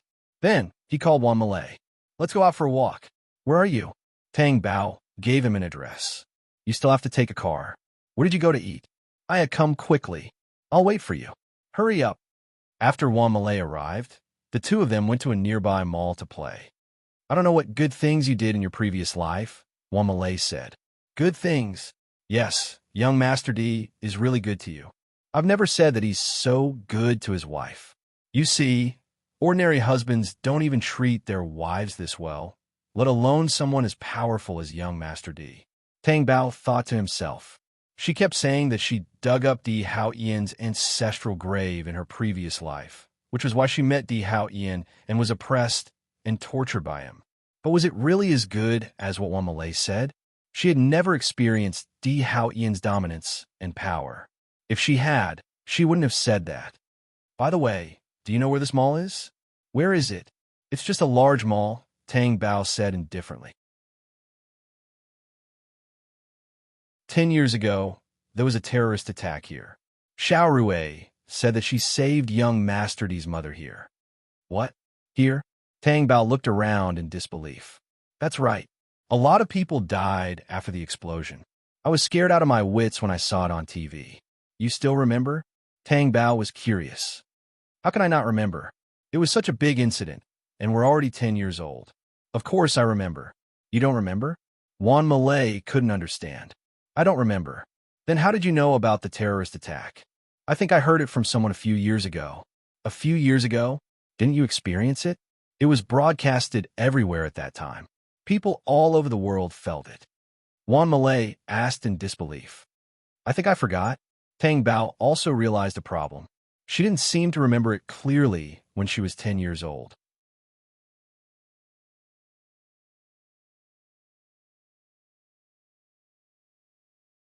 Chapter 162. Tang Bao was a little absent-minded as she recalled her memories when she was 10 years old. She only remembered one thing, and that was her mother's illness and death. That was the saddest thing for her. She really had no recollection of the other natural and man-made disasters. Wan Malay said that the whole world knew about it. Why didn't she know? It was really strange. What's wrong? Wan Malay asked when he saw Tang Bao's suddenly unhappy expression. Do you really remember the terrorist attack? Tang Bao asked uncertainly. Why don't I remember it at all? Then what do you remember? I remember that my mother passed away. Wan Malay thought for a while and said, maybe it's because your mother's death made you too sad, so you don't remember. That's normal. I think so too.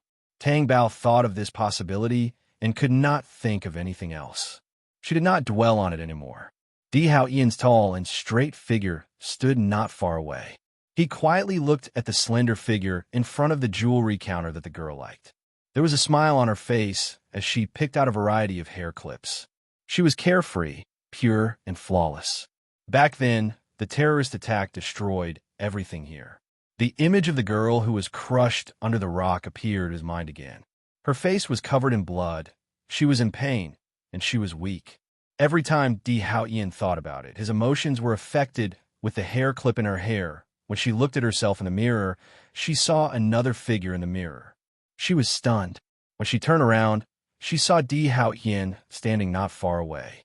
His expression was cold, and his expression was dazed.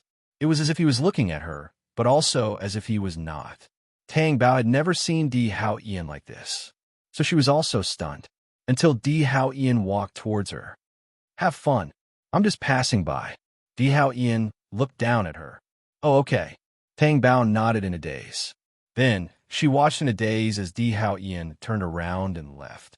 Did he just say a few words and leave? Wan Malay whispered into her ear. Young Master D looks at you as if you're the only one in the world. I don't believe that he didn't fall in love with you at first sight. Who said that? Tang Bao blushed slightly. I said it. Seriously, you and young Master D can go shopping directly after eating. Why did you drag me along? Wan Malay asked, puzzled. I'm a person who forgets my friends. I'm not like some people who run away as soon as they hear Gu Linshan's name. Is there? That time we drank tea. I don't remember. Juan Malay acted shamelessly. It's okay if you don't remember. I'll remember it for you. Tang Bao was bickering with Juan Malay. He thought to himself, how did Di Hao Qian pass by here and come in? He didn't look like he had passed by. Looking for her? Didn't he know that she was shopping with Juan Malay? She really couldn't figure him out. In the evening, Tang Bao came down from upstairs and was about to find some food. Zhongli walked over and seemed to be looking for her. Young madam, thank you so much. Thank me? What did I do? Tang Bao thought to herself. What did I do? She couldn't remember for a moment. It's my brother's matter. Young Master D helped. But I know that if it wasn't for you, young Master D wouldn't have specially dealt with my brother's matter. He wouldn't even know about it. Zhongli was very grateful. It's a small matter. Di Hao Ian didn't do much. It's nothing. Tang Bao waved his hand and said nonchalantly, but I'm curious. How did Di Hao Ian treat your brother? When young Master D went to look for my brother, he was already scared out of his wits. Moreover, young Master D said that whoever gambled with my brother wouldn't be able to live. Oh my God, is this a threat? No one dares to provoke young Master D, Zhongli said in a low voice. Tang Bao sighed. Okay, it's settled. You don't have to worry about it in the future. As for Lian's money, you can slowly pay it back. Yes. Zhongli remembered. Young madam, why did you come down? Oh, I forgot. I'm a little hungry. Go and get me some food. Didn't young Master D not let you eat at night? It's not good for your stomach. It's okay. He's answering the phone. He doesn't know that I came down to look for food. I'll go up after I finish eating. No. Tang Bao was puzzled. Why not? Young Master D said that you can't eat, so you can't eat. You just said that you were grateful to me. Didn't you say that you were grateful to me? Can you give me some food? Gratitude is gratitude. Eating is eating. Young madam, you won't be hungry if you sleep early. It's only 8 o'clock now. Why sleep? Are you going to give it to me or not? No, Zhongli insisted. Young madam, you're not hungry. You're craving food, aren't you? If I had known, I wouldn't have helped you. Tang Bao flung her sleeves and left angrily. Zhongli looked at Tang Bao and didn't give her anything to eat. The habit of eating at night couldn't be formed. It was very harmful to the body. Tang Bao entered the door. Her face was still a little pale. Bang! She slammed the door shut. She looked up and saw Di Hao Ian standing inside, looking at her expressionlessly. Tang Bao's heart tightened. She quickly smiled and said, Are you done with your phone call? What did you do? Where can I go? I just walked around the castle. No matter what she wanted to do, she couldn't fly out of the castle. She couldn't fly out of Di Hao Ian's palm. Tang Bao thought of something and went to Di Hao Ian's side. She looked up and said, Thank you. What are you thanking me for? You helped Zhongli so much. Of course I have to thank you. Tang Bao seemed to be flattering him. Do you really want to thank me? Di Hao Ian looked at her wickedly, emitting an evil luster. Tang Bao immediately crossed her arms in front of her chest and jumped away. What are you doing? Let me tell you, my chest still hurts. Don't do it anymore. Di Hao Ian's eyes were evil. He approached Tang Bao step by step. What are you doing? If you continue to be like this, I won't sleep in the same bed as you. I'd rather sleep in the corridor outside. As Tang Bao spoke, her slender waist was suddenly hugged and pressed tightly against Di Hao Ian's abdomen. Tang Bao gasped in shock. Her face was red and her voice trembled. Di Hao Qing, your hand is too strong. My waist is being strangled. She couldn't even twist her body. Di Hao Ian's low and hoarse voice pressed down on her face. Since you won't let me eat it, give me some sweetness first. What sweetness? Before she could say anything, Tang Bao's face was already red and her breath was unsteady. She was still an inexperienced girl.